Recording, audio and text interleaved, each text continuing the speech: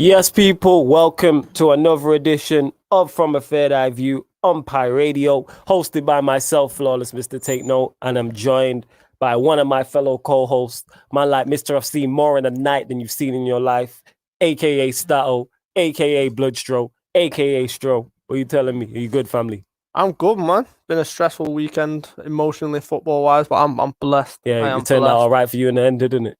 Because I was ready to troll if you lot would have lost. Oh, I was Drew, sorry. I was going to be talking the most. And then Allison popped up. And I was like... So is that where we're starting anyway? Oh, yeah, big up our brother JV each and every time also. Love to JV every single time. He will be back at some point soon. But yeah, big up to JV. Salute to the whole Pi Radio hierarchy also. Love to Sophie holding it down on drive time 4 till 7 before our show as well. We will get to the comments. Big up to you lot in the comments. Ravi here saying big up Flawless. The Q&A was bare jokes last night. Could not stop laughing. That was the Q&A that I do on Sarcasm City TV, a sports Q&A. Make sure you subscribe to the channel. Go check that out. It was hilarious. Definitely. And Ravi here saying Disney Pixar have a new film coming out, Finding Timo, the conclusion. Wow. Leicester City are proving they can run with the big boys in the Premier League. Chelsea didn't realise and got found out. We are going to discuss that also. Ryan's in the comments says, big up my guys. Flawless and Stroke. Big up to Ryan every time. Tangy says, hey, big up to Tangy. Ryan saying, I'm looking forward to this. United for Life says, Flawless, any chance I can come to your show? If you're talking Sarcasm City TV, so occasionally we do a fan calling show. So that's what you have to look out for. We'll do a fan calling show on one of the shows. Normally Agenda FC, and we'll open it up. We'll open up the lines. Ryan here is saying Allison over Werner. You Liverpool fans are shameless, man. Jeez, can't stand y'all. Umar here says, yo, been waiting to watch Pi Radio. Yes, we are in the building. We will be discussing all the Premier League results, as well as the FA Cup final, as well as Chelsea across all levels, losing 3 finals in 3 days. But we are going to get to all of that. Are you laughing? They lost 3 finals in 3 Was it 3? I thought it was 2. They lost 3 finals in 3 days now. So the men lost the FA Cup final. The women's champions lost the Champions League, and then the under-12s lost today, innit? You know what I'm saying? So they lost 3 finals in 3 days across all levels. Tell me I'm lying. Hold up. Wait. You're calling Liverpool fans shameless. You're bringing up up to 12s. Is that not across all levels in that? That's 3 finals in 3 days. You are shameless. Did they not? How was that shameless? Or am I just speaking facts? The men lost in the FA Cup final, correct? Yeah. The women lost in the UEFA. How do you know the under-12s lost it? That's what I want to know. You know how I know, actually? And here's the thing is, I get blamed, for being a troll and slandering people and being petty. But you know what? People like you and others enable me. You know how I know they lost the under-12s final? Yan City sent me a DM about it. That's who. People know what they do. You know what I'm saying? When it's a rival team, you want to get slandered. I'm the go-to guy. You're going to give me back. You're going to give me ammunition to load up the gun and shoot it. She knew what she was doing. She sent it me in the morning as well. I woke up to it. You know what I'm saying? I was like, oh, this is handy. This is handy. She already knew. I'm telling you, family. She already knew what it is. Like, that's how I know, but people are going to get onto my case and that. So, yeah, they have in it. The men lost the FA Cup final. The Chelsea men lost the FA Cup final. The Chelsea women lost the Champions League final. And then the under-12s lost lost the Premier League tournament and that. So that's 3 finals in 3 days. I wonder who they're playing tomorrow. We might have to check that still. See if Chelsea are across down or the under-18s or something like that. Yeah, they could lose 4. Yeah, I'm talking specifically finals, but yeah, they could be in another. They could be in another final. Is this true, Ryan? Breaking Kane has put in a transfer request. Where did you hear that? Where did you hear that? Let me know. Or are you just hoping? Nah, I seen that he was in talks with. Oh no, I seen that Chelsea, City, United, and I can't remember who else said that they've held talks with representatives.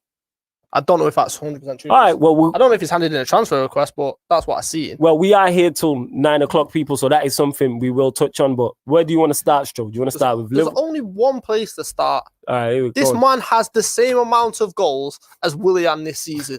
This man is the Christ of the Redeemer. Have you seen the picture? Alisson has replaced the Christ of the Redeemer in Brazil. He is the man. Right. Oh, okay. Go on, I'm going to let you. This is your moment. So, this is your Flawless. Moment. Talk to me. I've been waiting to see you, sunshine. This guy, you know. So, let's start right with Thursday night, shall we? So not only is your team conceded less goals, conceded more goals than us this season, we've not had a back line. Yeah. We turned up to Old Trafford with Reece Williams, who was on loan at a non-league team, and Nat Phillips, who was on loan at a second division German team last season. And them, man, were fine. I still, for the life of me, don't understand why Manchester United didn't.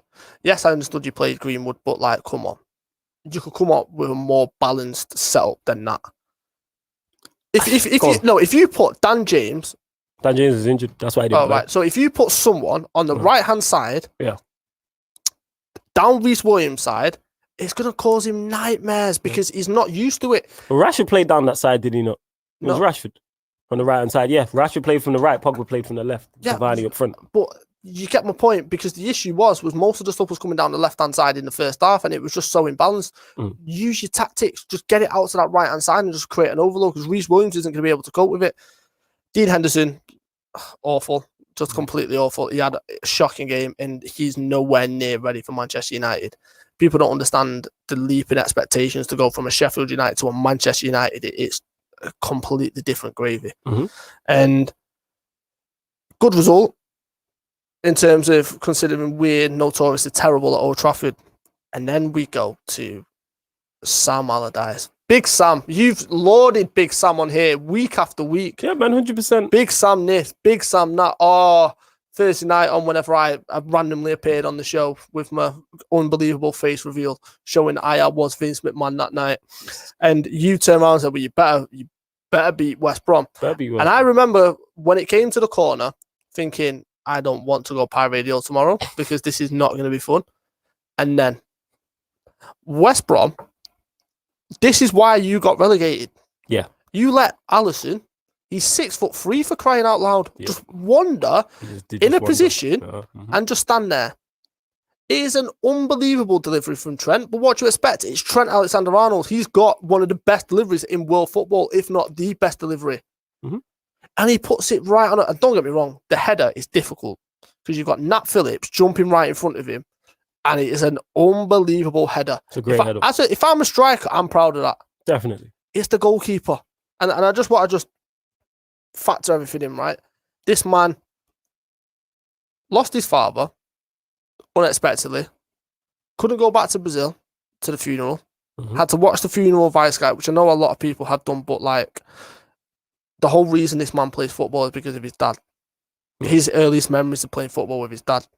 He's then stuck here. Liverpool aren't having the best season as it is because of everything that's going on. There's just been so much negativity and so much toxic around Liverpool in terms of this season with the injuries and everything that's going on. And then obviously the Super League thing doesn't help.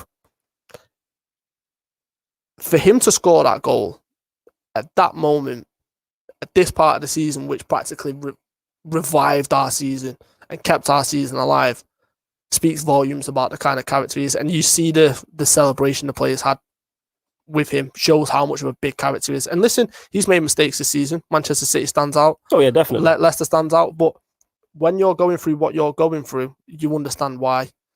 And for him to come out with a moment like that, honestly, it was one of the best moments I've had as a Liverpool fan, and I don't think I'll ever see a moment like that again. Yeah. Shout out Sophie in the building, always creeping in and that. What's going on? What have you always forgotten something? What have you forgot? She's always on purpose, I promise. Yeah, she's lying people. But yeah, make sure you catch Sophie 4 till 7 drive time before I'll show people. Carry on, Strong. So I was just saying, obviously you have that moment, but with the thing what stood out for me was in that game was Sam Allardyce has a specific tactic, and it was to expose Reece Williams down that side, pump it long, put the pressure on him, put the pressure on the two centre-backs that aren't experienced, let's be honest, and let's make it a physical game. That's why he had Robson Carney up front, and I thought the game plan worked terrifically well. Now, here's my problem. Thiago ran that game with his eyes closed. He was quality. Thiago was phenomenal yesterday. He was quality. Yes, Fabinho had another solid game. Fabinho's just Fabinho. Like, as much as it pains me to admit it, like, I rate him so highly. Like, I think he's underrated, even though he's rated. If you get what I'm saying, he's massively underrated. Yeah. Everyone talks about Fernandinho. I'm sorry, I'd take Fabinho over Fernandinho at this point. Is Fabinho the best holding midfielder in the league? I think he is, because Kante doesn't play that role anymore. Yeah, so everyone goes straight to Kante. Kante doesn't play that role anymore. So he's having this. There's no one else. It's like, does he start? You'll know this. Does he start for Brazil, Fabinho, or is it Casemiro? No, it's Casemiro. Okay, I was just asking out of interest. That's all. Well, go on, carry on. Because sometimes they play Fabinho at right back, which I find bizarre. Because I know he used to play right back when he was at Monaco and when he came through at Real Madrid. But listen, imagine that midfield that you can play in Brazil: Coutinho, Fernandinho, Fabinho if you want. Yeah, Casemiro can go in there. Do you know what I mean? So the issue is, and it's been our issue all the way throughout the season, is when we get the goal, we then struggle to get another one because Firmino's missing chances. Mane is not at his best. And Jota's now out for the rest of the season, which is not a shock because we've had another injury. And at this point in Liverpool's season, you expect to have another injury because it's been the worst injury-stricken season that I've seen. But it's crazy. And we've got Burnley on Wednesday. Leicester or Chelsea are going to drop points. If we win, because they play. If we win, it's in our hands. What would you prefer in that game, in the Chelsea-Leicester game? Leicester. Prefer a Leicester win? Leicester. How come? Because if Chelsea win, it makes it slightly more complicated. In terms of make it less complicated for us. So say Chelsea. Chelsea beat Leicester. So Chelsea What's beat. the implication? So Chelsea beat Leicester. Yeah. That means then Leicester can get a maximum of 69 points. Right. Because they're on 66 at the moment. That means they've then got to go to Tottenham and win on the last game of the season. They're on the same goal difference to us as it stands. Right. So let's say, for example, Chelsea win. Tottenham get beat by Leicester on the last game of the season. We win both of our games. We end up on the same points. Then it comes down to goal difference. Then issue is if we're on the same goal difference, then it goes down to head-to-head, which is one apiece. Then it goes down to the amount of goals scored both for and away from home. Then there's actually a possibility where we're only a couple of goals out where we could both end up on the same. Then it would then have to go into a playoff game. One last game for the both of us. Whoever wins it gets into the Champions League. So for me, I'd much rather Leicester win it because it means Chelsea are in the mud even more. Yeah. Chelsea have then got to go to Aston Villa, which you expect them to pick up points there, but with everything that's gone on this season, anything can happen. True. And yeah, it just makes my life easier knowing that Leicester have won. They've secured third place. We win our 2 games. We're done. However, I don't think that's going to happen. I think Chelsea will pick up the win, especially after the cup final. Yeah, I think Chelsea will. What's it called? I think Chelsea will win. I said this though. What did I say about the top 4? What did I say the top 4 would be yonks ago? I said this months ago. Yeah, but what did I say? I also said that if we're in the race, come this part of the season, there's one game that's going to trip us up, which is our next game. And who's our next game? Oh, the Ginger Mourinho. Yep. Because of all the slander I've been Sean giving Dyche, this season. it's going to be wonderful. And that was in the back of my head for the Sam Allardyce, for the West Brom game. I was thinking, I've slandered this guy for weeks. This is meant to happen. Yeah. And then Alisson walked into the box, and then I looked at him and was like, that's not on Big Sam. That's why West Brom deserve to be relegated. But going back to the point, one thing I wanted to say before I went a bit off topic because Sophie walked in and distracted me and I completely forgot, was that's the first time in Liverpool's history that a goalkeeper scored for Liverpool. Really? Yeah. I'm shocked by that. With all the great moments you've had and successful teams you've had, you would have thought somewhere in your history a goalkeeper would have scored a league goal for you at some point. Like a Bruce Grobbelaar or somebody like that. No, that's what I thought. But no, it was the first time. And what a moment to do it. Like, I was saying this before, obviously, Sophie walked in. I don't think that's one of my favourite moments as a Liverpool fan. Just because, obviously, he goes up. Everyone remembers Schmeichel going up and scoring for Aston Villa. So, obviously, I'm watching the game and you just hear, imagine he does a Schmeichel. And at no point, even when he goes up, do you expect anything like that to happen? Facts. And for that kind of a finish to come from a goalkeeper, my phone was in the air. I'm on the floor, shaking the sofa. I was going mad. I've watched that goal at least 100 times from every different angle, with the Titanic music, everything. It is beautiful. Yeah, I suppose from a Liverpool fan perspective, it is still. But it's going to be interesting. Liverpool versus Burnley. It's at Turf Moor as well, if I remember correctly. And fans are back. Fans are back. And what day did you say it's Wednesday? Wednesday, we're the late kickoff. So late, quarter past eight. Yeah. Woo! Yeah, that's going to be interesting. I'm definitely tuning in for that one. It's going to be interesting. Big up Josh in the comments who says, big up Flawless and Stroll. Allison heading in corner goals like how Maguire should have all season. The Prem is by far the best and most entertaining in the world. Big up to you. Ryan is gassed. He's saying, I pray my next girlfriend is called Allison. For those that don't know, Ryan is a Liverpool fan. So I've been talking to him all weekend and he's just been on one. He's still on smoke. You start talking about it was an unreal header. I was crying when he scored. Most have ever celebrated a goal when I've not been in the stadium. Boy, if Chelsea lose the final and top four, we are bantering them. Says, I just call you core two. Yeah, 100%. 100% we are. Ravi here, we're going to get into this actually before Ryan here says Thiago was unreal yesterday. Next people will forget about Kevin the cross merchant. He's talking about Kevin De Bruyne for those that don't know. And Thiago will be the second best midfielder in the league behind Labille. He's talking about Paul Labille Pogba. And he's saying we have a very good record at Turf Moor. I hear what you're saying. Liverpool, obviously, you have reason to be optimistic. When you go to Old Trafford to your arch rivals and win in that fashion, that's going to give you confidence. When you score a late goal, scoring a late winner is incredible anyway. But when your goalkeeper goes up and scores a late goal, it's kind of like this is written in the stars for us to finish in the top four. But we'll have a whole talk about Klopp and everything like that anyway at a later date. Go on. Before I move on to this Harry Kane news. That's what I was going on to. All right, go on to the Harry Kane news. It is now everywhere that Harry Kane has told Tottenham that he wants to leave this summer. The reason why I just went people, because now the plot thickens. We've spoken about this, myself and Stroll, off air. It's been spoken about on air as well, and hypotheticals. Should Harry Kane leave? And if he left, who can afford him? Where's the best place for him to go? Where does he win trophies? Here's one thing I say. Do you think seeing Jamie Vardy win the FA Cup triggered that?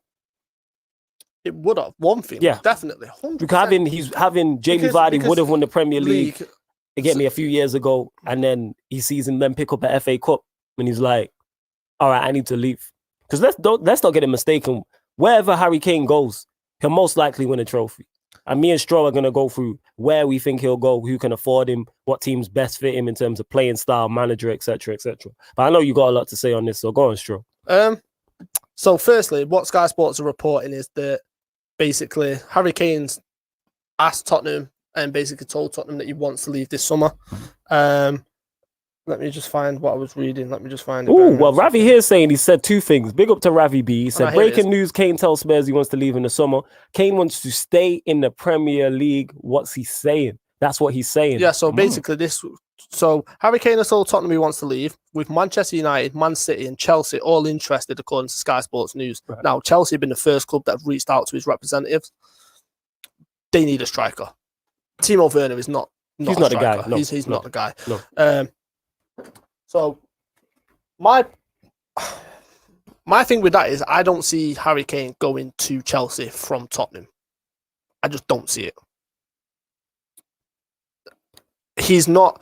There's too much loyalty in Harry Kane. He's a very loyal person on the pitch, to managers, with players. I don't see him doing that to the Tottenham fans. I honestly don't. Now, Tottenham fans would be able to stomach it if it was a Manchester United or a Manchester City. Do you know what I mean? Definitely. More so. So this is where it comes on to my next point. Is for me, playing style wise, and I'm not even just saying this, I'm a Liverpool fan, it would make sense to go to Liverpool. We're not in the race. Okay. You know what I mean? In terms of we'll talk who's in. So what we'll do is, to break it down, we'll talk who's in the race, and then we'll talk your other teams who maybe could fit him, even if it's out of the Premier League, just for a hypothetical sense. But we're going right. Yeah. So we'll start with the teams that are in the race. Yeah. So Manchester United, Chelsea, City, as it stands, are the ones that are in the race for him. The ones that have thrown the name in the hat. So we'll start off with Chelsea. Go on. I love to banter Timo Werner. Because I now understand why Liverpool, after months of raging, why they weren't getting the deal done, why they stalled on the deal, and why we let Chelsea nip in and get him. Phenomenal bit of business, because we got Jota out of it, which is I'm more than happy with. Chelsea need a striker. So Tammy Abraham is their top goal scorer this season. Joint top goal scorer. The man's not played a game for nearly 2 months. That's not good. That is not good enough by any standard. Timo Werner, 6 goals in the Premier League this season. Not good enough. You had chance after chance. Yes, I understand strikers go through bad patches. Mane's been through a bad patch and he scored more than him this season. That's not good enough. It's not good enough. Firmino, I think, scored more than him this season. Once again, not good enough. Olivier Giroud looks like he's going to be moving on. Possibly to an Atletico Madrid, possibly to France or somewhere abroad, but he's going to be moved on. Tammy Abraham, I don't know if you've seen his girlfriend coming out and tweeting about him being left out of the squad. She was not happy at all. She wasn't happy. I did see that. She's ride or die. I respect it. Right, I fully respect it, but it looks like there's a strain in that relationship, so I think he's going to be getting sold and moved on. So it makes sense why they're now in the market for an out-and-out number 9. However, like I said, I don't think Kane would be the man to go from Tottenham to Chelsea. There's too much bad blood there, too much history. I just don't see it happening. I'm gonna let you land on all 3 of them. I'm gonna let you speak on all 3, then I'm gonna give my input and then we'll talk. And look, this is from a third eye view, people. Where else are you getting breaking news? You'll get actually legit now if you're watching this live or watching this back, getting the live reactions and thoughts and feelings from me and Stro on this. Because we legit didn't know until I read it out. I had no idea about this. I didn't have any idea. So, Manchester United. You've just signed Cavani to an extension. Now, Martial broke out onto the scene with that phenomenal goal against us, right? And I thought to myself, phenomenal. Oh, Lord, they have got the next Thierry Henry. My opinion is he's not been helped by the supporting cast. He's not been helped by the managers. He's not been helped by the styles of play. However, at times during the games, he's not helped himself. Facts. I agree with all the statements you just made there. I agree with. So, is Martial the net striker to fire United to the Premier League? I don't think so. Okay. I think Rashford's still young and he still needs to grow and gain experience. I think Greenwood has got phenomenal talent, but he's not ready to carry the weight of the Manchester United shoulders to carry you to a title. Cavani has been an excellent signing, not just in terms of his goals and what he's done, in terms of his leadership, in terms of him in the dressing room, in terms of him with Rashford, him with Greenwood, him with them kind of players. That's valuable experience. You add Harry Kane to that, and you address the right wing position. Forget about your defensive midfield for a minute, because I know that's a place. Forget about your centre-backs for a minute. You add Harry Kane to that. That tips you to the next bracket in terms of you're now back with City and Liverpool. And yes, we've had a shocking season, but you know we're coming back next season. That puts you as one of the favourites next season if you get Harry Kane.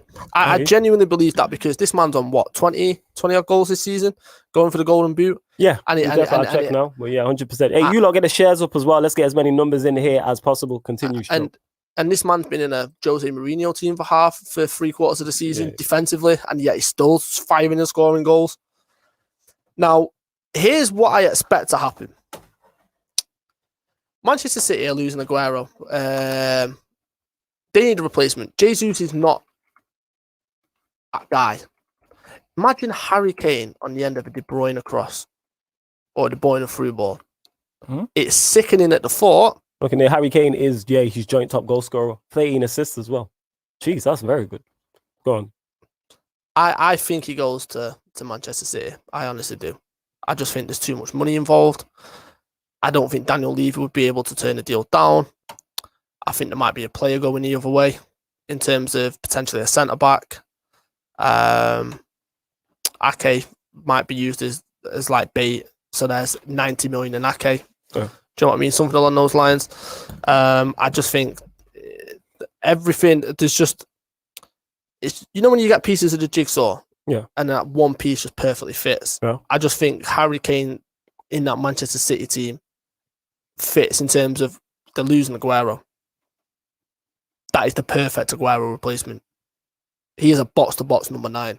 But not only that, he can drop deep and he can link. He's technically good enough and he's technically sound to fit in with what they do. Manchester City have. Yeah, 100%. Yes. And he's got Sterling, who he's got a relationship with in terms of he knows how to play with Sterling. You've got Stones there, so that would make that transition easier. Kyle Walker, who's played with at Tottenham, that makes that transition even easier. Yeah. I don't like to say it, because it makes Liverpool's life difficult in terms of trying to go for the title again next season. But I genuinely can see Harry Kane in a Manchester City shirt next season. All right, so you've gone through, you mentioned Manchester City, you've mentioned Manchester United, you've mentioned Chelsea. All great points on all of them. I'm going to respond and then we're going to do a deep dive on this 100%. We get to some of the comments here. Big up Devante, who says, Kane isn't coming to Chelsea. The clubs don't do business at all. Yeah, he also says, City don't usually buy players of Harry Kane's age, though he could be the exception to the rule. And this is key right here, like in terms of it being to the exception of the rule. Whoever he signs for, mainly how I'm looking at it, out of City and Chelsea, could be the deciding factor on who wins the league. This is Van Persie going to United or City that season, that he went to Manchester United. I think if Van Persie goes to City, City win the league that season. Van Persie going to Manchester United that season was the reason a major factor on why Manchester United won the Premier League title that season. And that's how I look at it with this. I think Chelsea and City, regardless of what happens in the Champions League final, regardless of if Chelsea finish in the top 4 or not, I think next season, they're the two teams who I'm looking at who are going to be fighting it. They're going to be competing. Can Liverpool come back? I'm interested to see what business Liverpool do. Well, I think they can come. I think you can. Because I know you've got Kanate supposed to be on the way in, but I know his injury records. But what I'm saying is, whether Liverpool there or not, I expect City and Chelsea to be challenging and competing. Sorry to interrupt. Yeah. There was also breaking news this afternoon about PSG. Okay. And Mohamed Salah. Really? Does he want to leave, though? I don't think he wants to leave. He's openly talked about wanting to have a contract extension. Yeah. However, if PSG come to the table and say, we want Mohamed Salah, Mbappe's leaving, Mbappe's expressed he wants to come to Liverpool in terms of he's friends with LeBron James, he loves Klopp as a coach.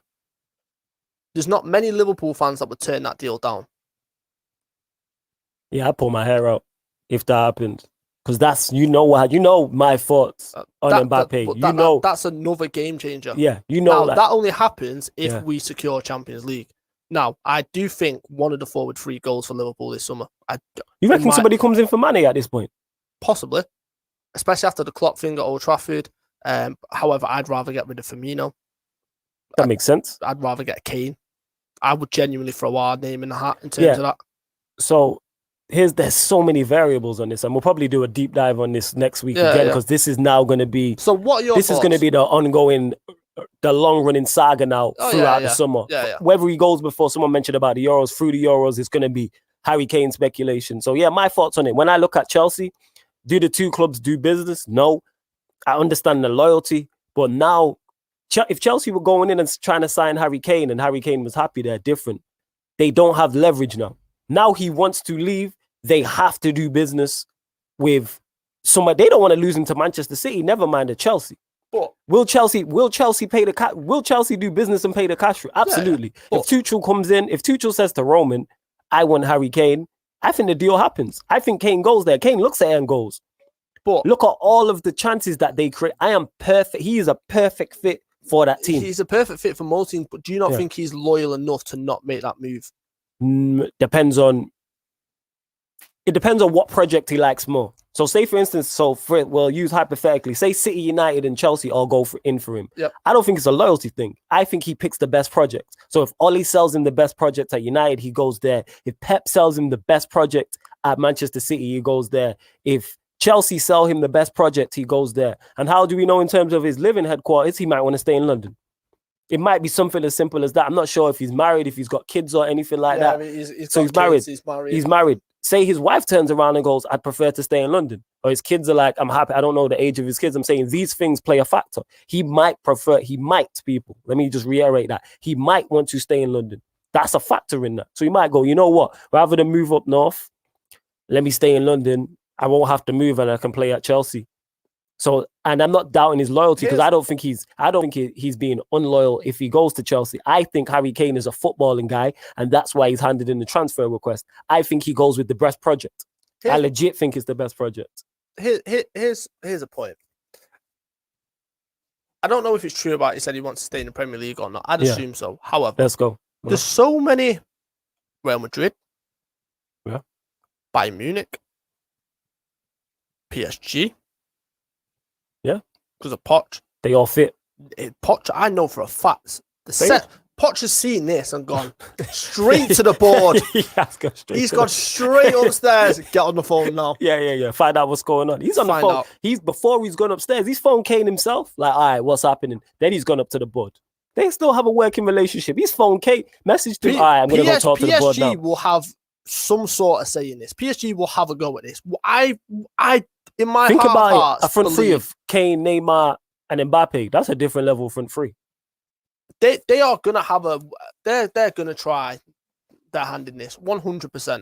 Now, obviously, you've talked about Chelsea, Manchester United, and City. Onto this, I just wanted to get to Devante because he's a Chelsea fan and he says, they'll just outprice him for Chelsea and sell him to one of the Manchester clubs for cheaper. What my response is to that is, if Kane decides he wants to go to Chelsea and doesn't want to go to either of the Manchester clubs, they have to sell him to Chelsea. This is my whole point. Spurs are not negotiating from a place of leverage anymore. There is more breaking news. Go on, what's the more breaking news? Give it to us. Chelsea are the first ones. So Manchester City, United, and Chelsea have all been in touch with his representatives. Okay, that makes sense.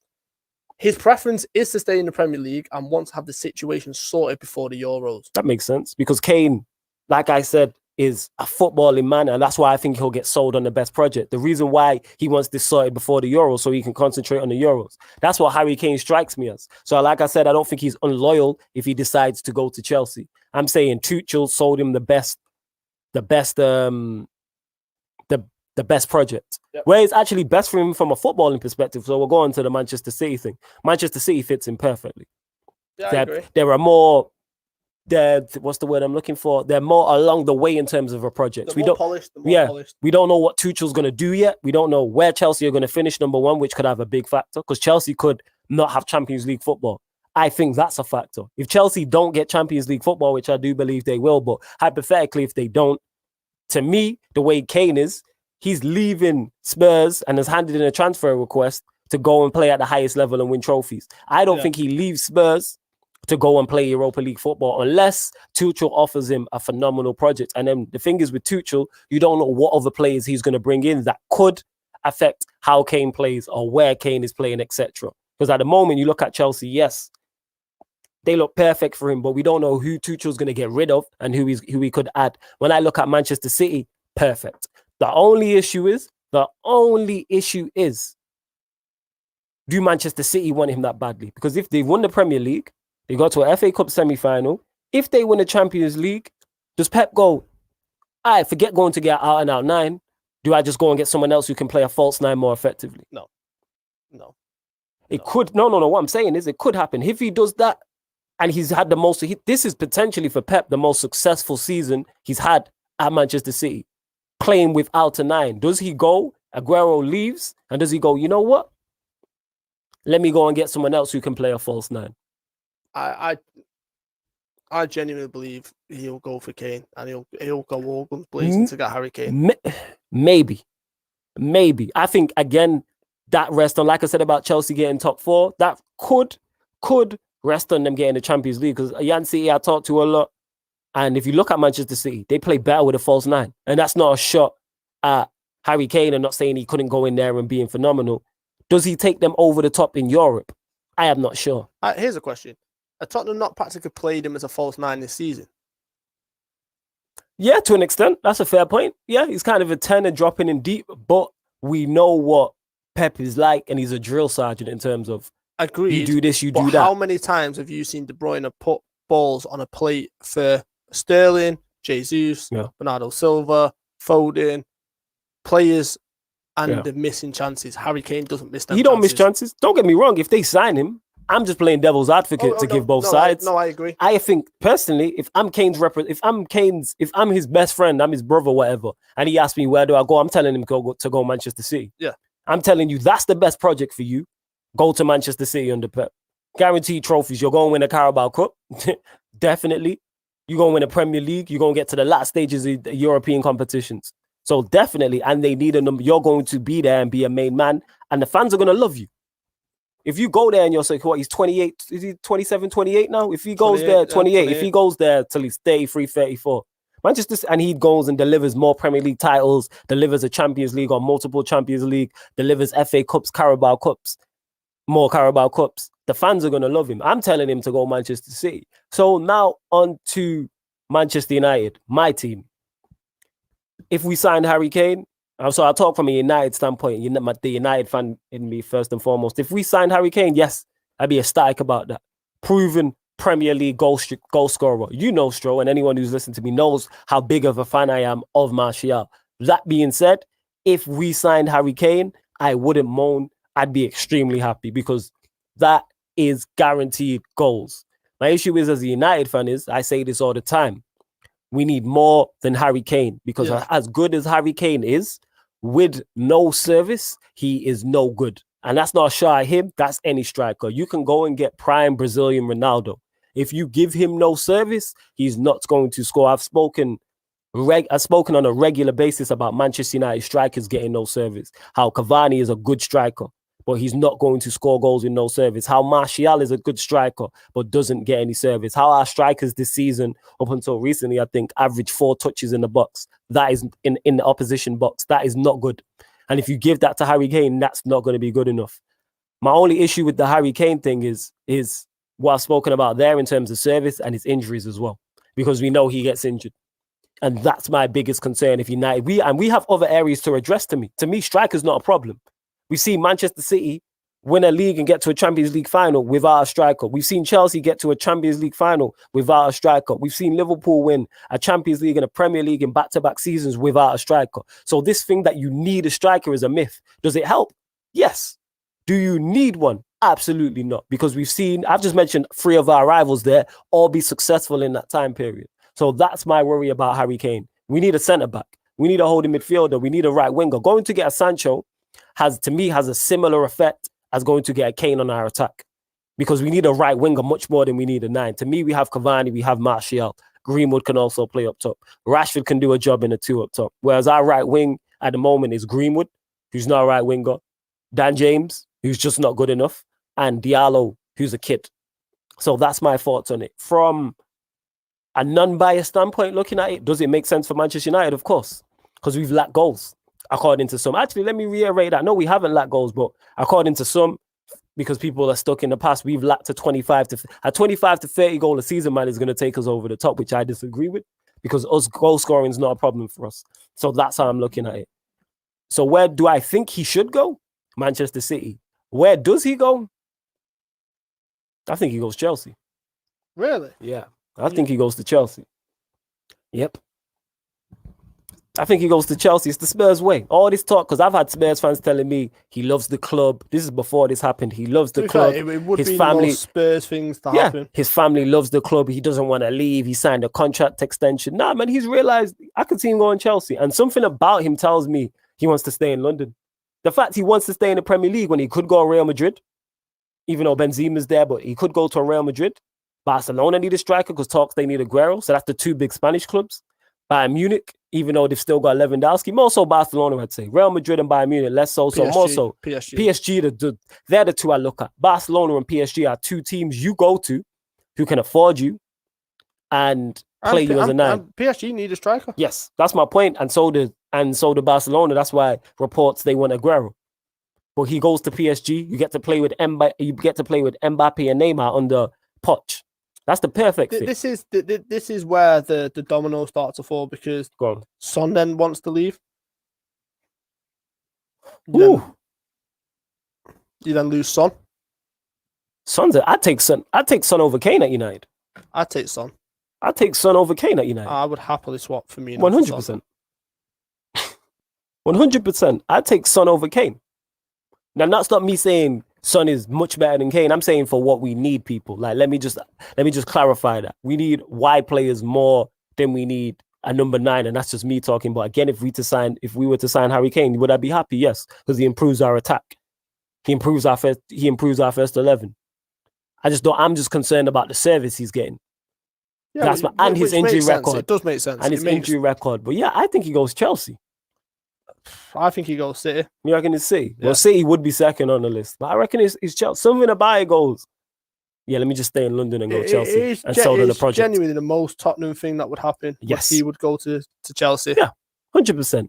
Because like I said, I've heard Spurs fans say before, this is Spurs fans who I know personally talking about, oh, he loves the club. He signed a contract extension. His family loves the club. He's a Tottenham man. At the end of the day, he wants to win trophies. Yeah. And he's just seen Jamie Vardy pick up a FA Cup winners medal. That's what it is. That's what it is. Zane says, Flawless, don't you think you can pull off Sancho and Kane plus a centre-back? Absolutely not. Do I believe our board will do that? Absolutely not. If we sign Sancho on a centre-back, I'd be ecstatic. And we still need a holding midfielder. And here's the thing. There's talks of Liverpool now going in for Sancho over the past couple of weeks. I've heard that as well. Which is worrying for United, which is what I said last season. Yeah, it's concerning. You were the only one in for Sancho last season. Get the deal done then. And we couldn't get it over the line. Don't wait a season and let everyone else come to the table. Because when other teams start to come to the table and they look at one of the big factors that comes into it is the manager. Yeah. And with the greatest respect, you've got a choice of Pep's, Klopp, Ollie. Ollie's last in that. Yeah, facts. So, yeah, it's going to be interesting. Yeah, oh yeah, 100%, fam. Going to be very, very interesting. Please, people in the comments, give us your thoughts. I'm asking you 2 questions. Where do you think Harry Kane will go? So what club do you think Harry Kane will sign for? And who do you think is the best project for him? So if you were advising him or you was a close friend of his, where do you think he should go? So where do you think he will end up and where do you think is best for him? Like I said, where do I think he will end up? Chelsea. Where do I think the best fit for him is? Manchester City. But I think they're both great fits.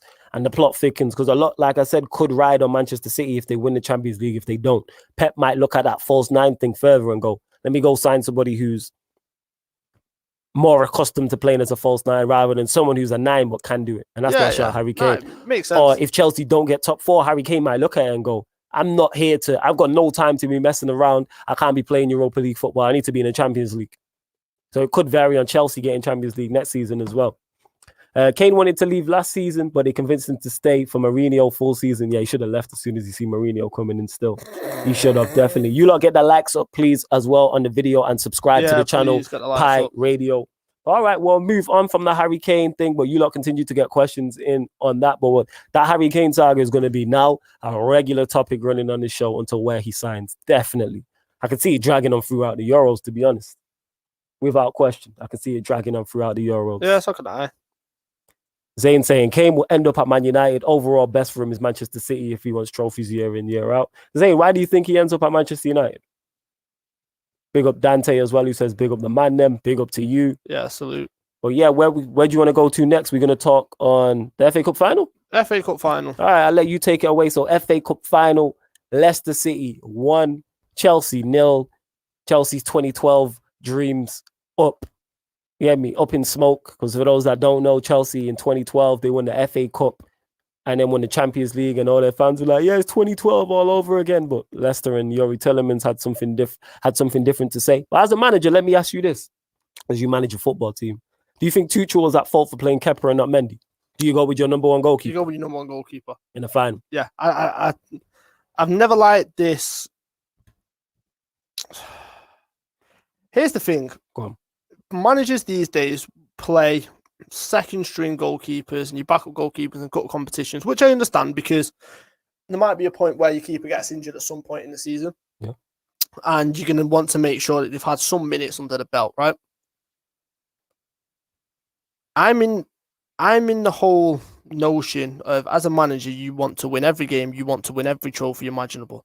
Definitely. When there's a cup final, at no point, now obviously I'm not at that level, am I thinking for 1 second of not playing my strongest team?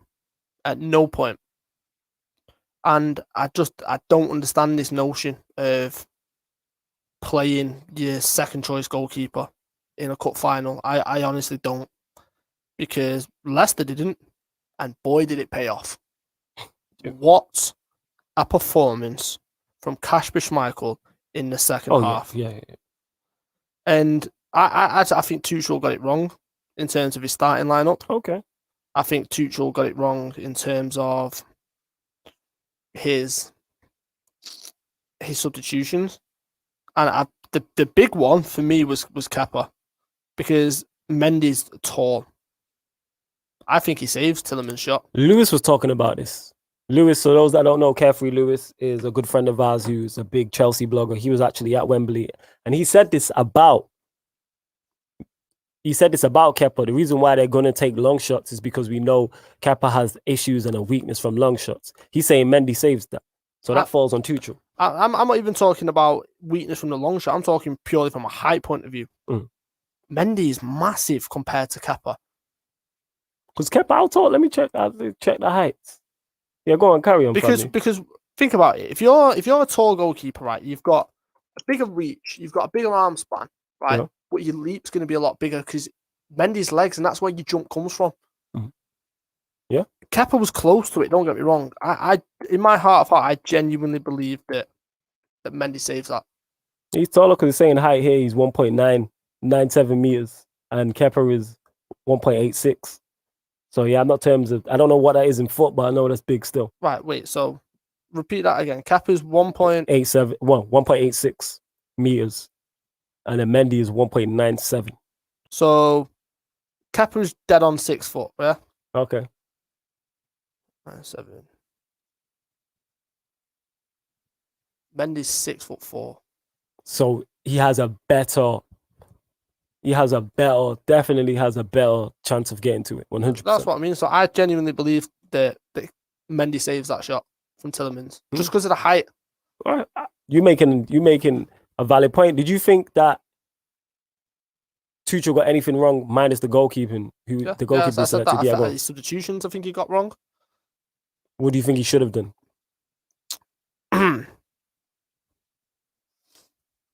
Ziyech shouldn't have started. Right. For me, I don't think Ziyech should have started that game. Havertz is the man in form. Correct me if I'm wrong. Is he not in form for the past few games? Right. I'd start Havertz. I'd start Havertz.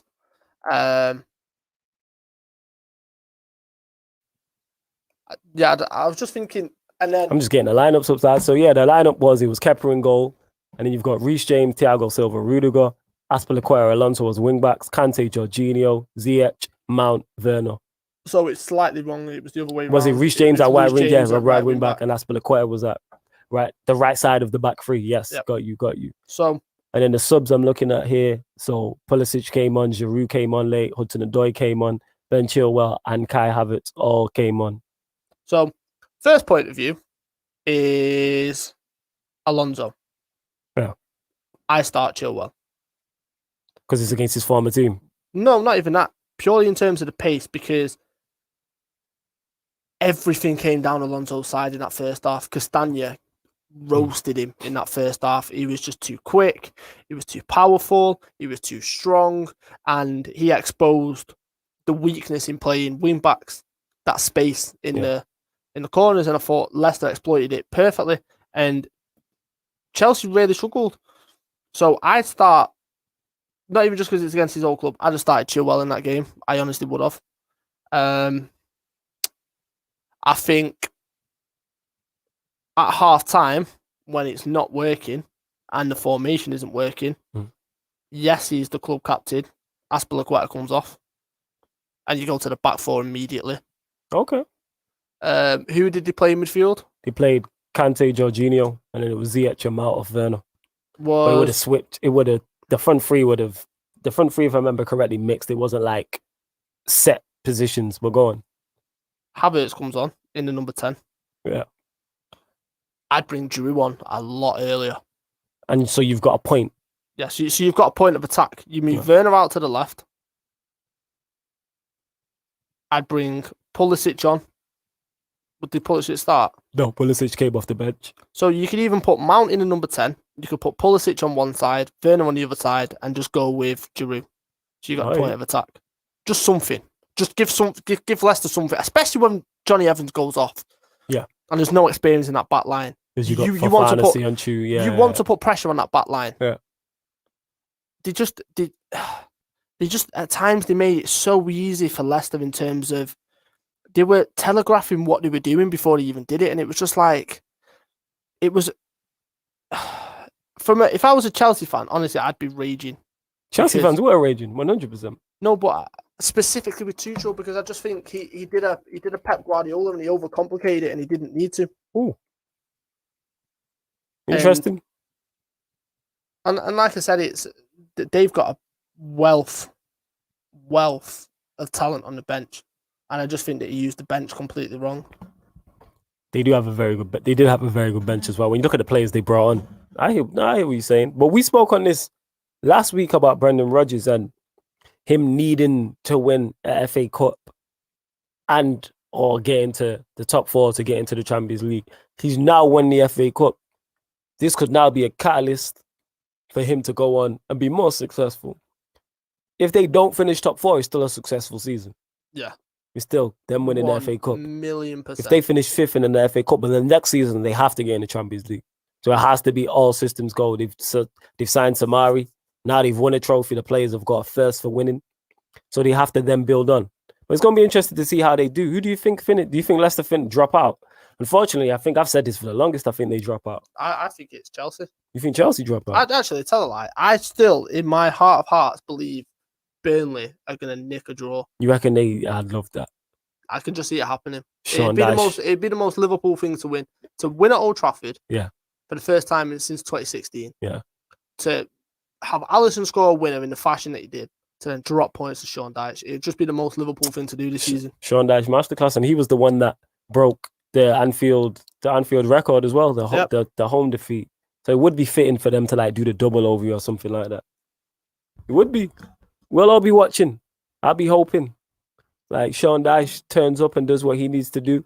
All right, what result do you want to go to? We will get through the Premier League results, people. No surprise. So Burnley 0. Lovely segue into this. So Burnley 0, Leeds United 4. Go on. You had to go into this for a reason, so go on. I'll let you kick it off.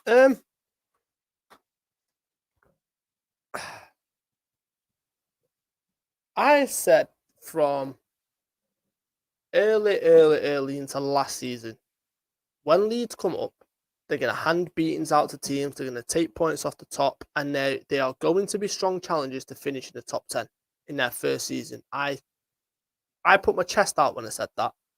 They're sat in 10th. They're handing out beatings in terms of the teams that are below them. Yeah. And they've took points off big teams this season. No big teams beat them at home this season. Not one. There's a reason for that. But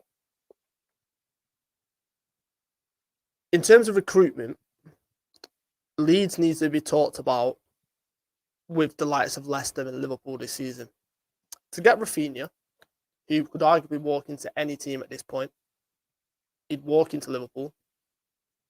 He'd walk into, I know Manchester United is all about him. He plays on the right. He'd walk into United. Because we need a right winger still.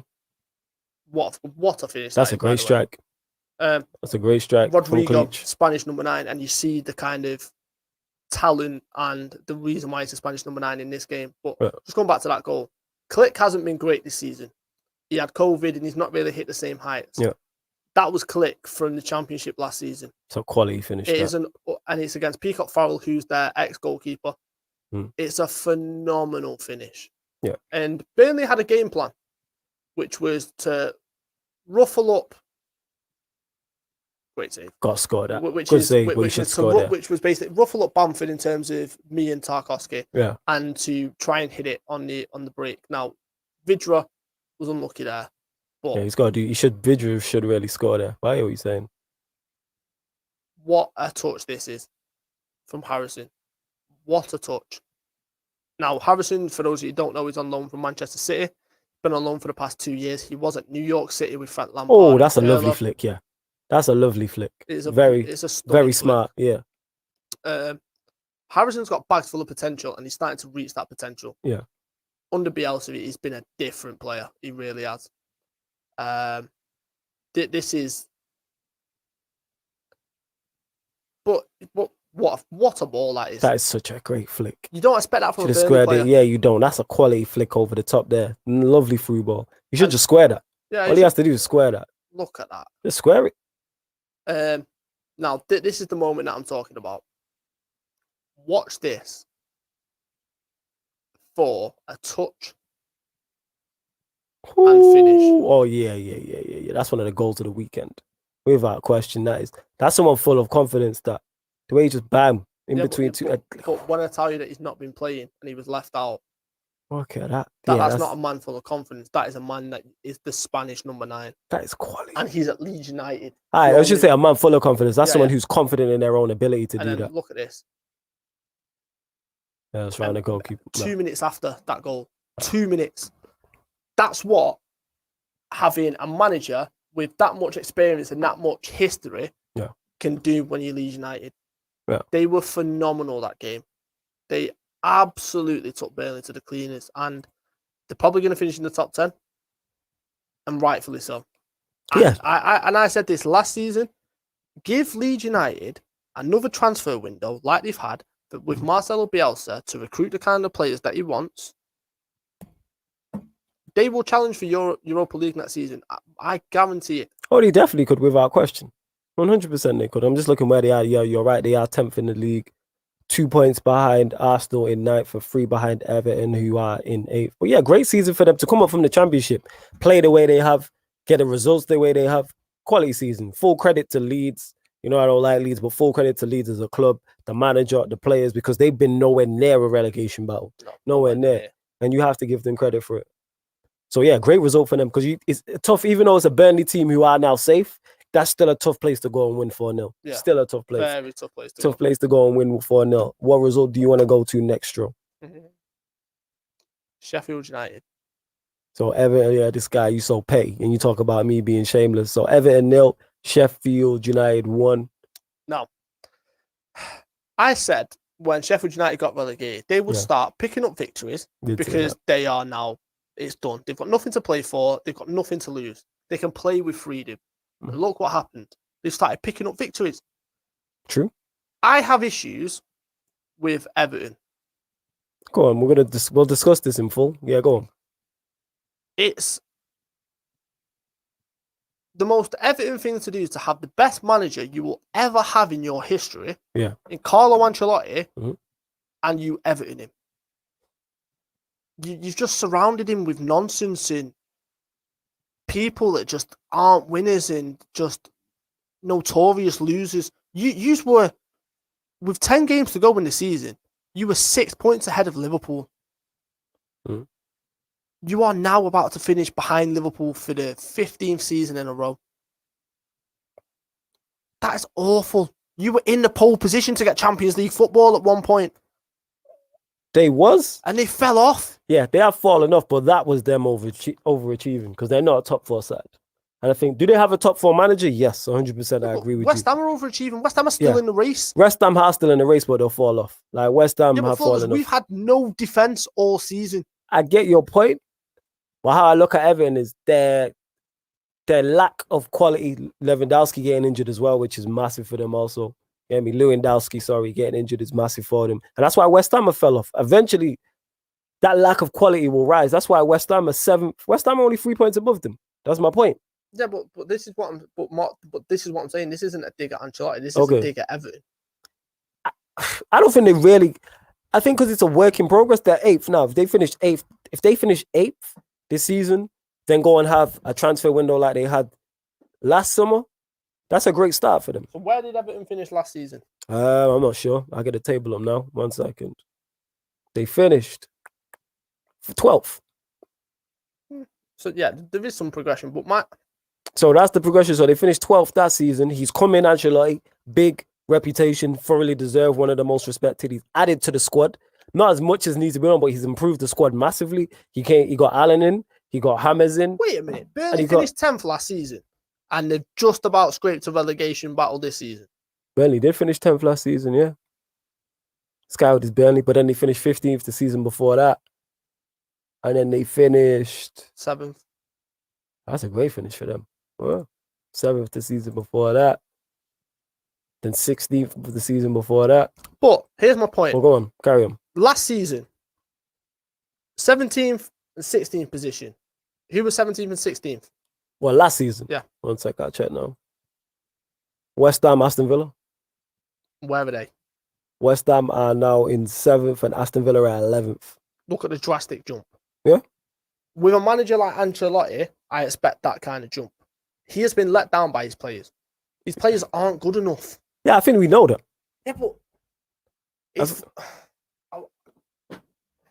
frustrate me isn't the word, right? It's they confuse me. They just give you false hope. I would hate to be an Everton fan because you're constantly fed this constant lie that they're going to achieve something and they never do. They always notoriously let you down. I think, I was talking shout out to the Blues Boys Network who follow Everton. I think they stated this. They understand the issue that Ancelotti has in terms of when James is out, replacing him with Tom Davies.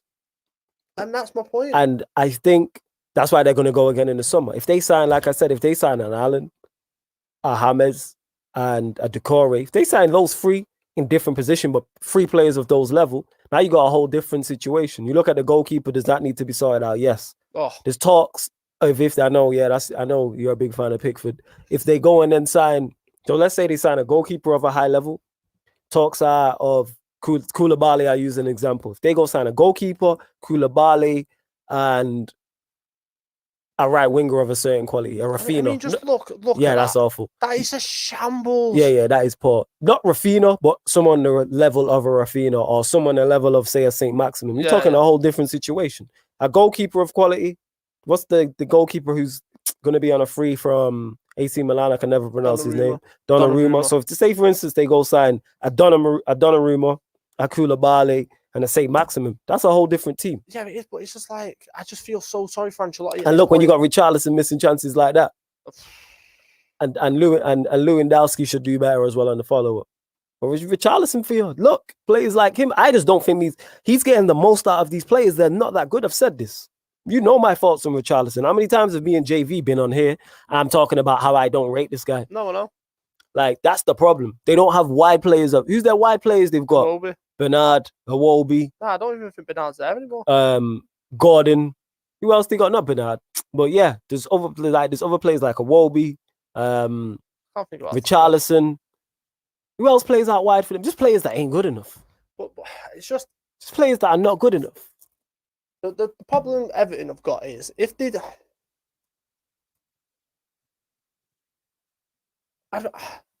Everton keep... And yes, Bernard's there, he came on. All right. You got Bernard, you got Iwobi, Sigurdsson, Delph. Like, these players are not top six players. They're not. The only reason why we think they're top six players is because of Ancelotti. If Moyes has this team, we're talking about, great season for Everton. Here's a question. Go on. Does it get to a point where Ancelotti potentially goes, there's nothing, I can't do anything more with this? There's no amount of money that's going to be able to fix this? No, because it's a project. And I think he's been promised certain things. As long as he's backed in the summer, like I think they will back him. They have no reason not to. They backed him this summer and they're reaping the rewards. They'll back him next summer and I think they'll reap the rewards. And then I think the season after that, when he's got 9 or 10 of his players in and the first 11 is majority his, and he's improved certain players who were there, i.e. Dominic Calvert-Lewandowski, and you've got your Holgates there and Godfrey's, you've still got Digne there as well and players like that, they could be a problem.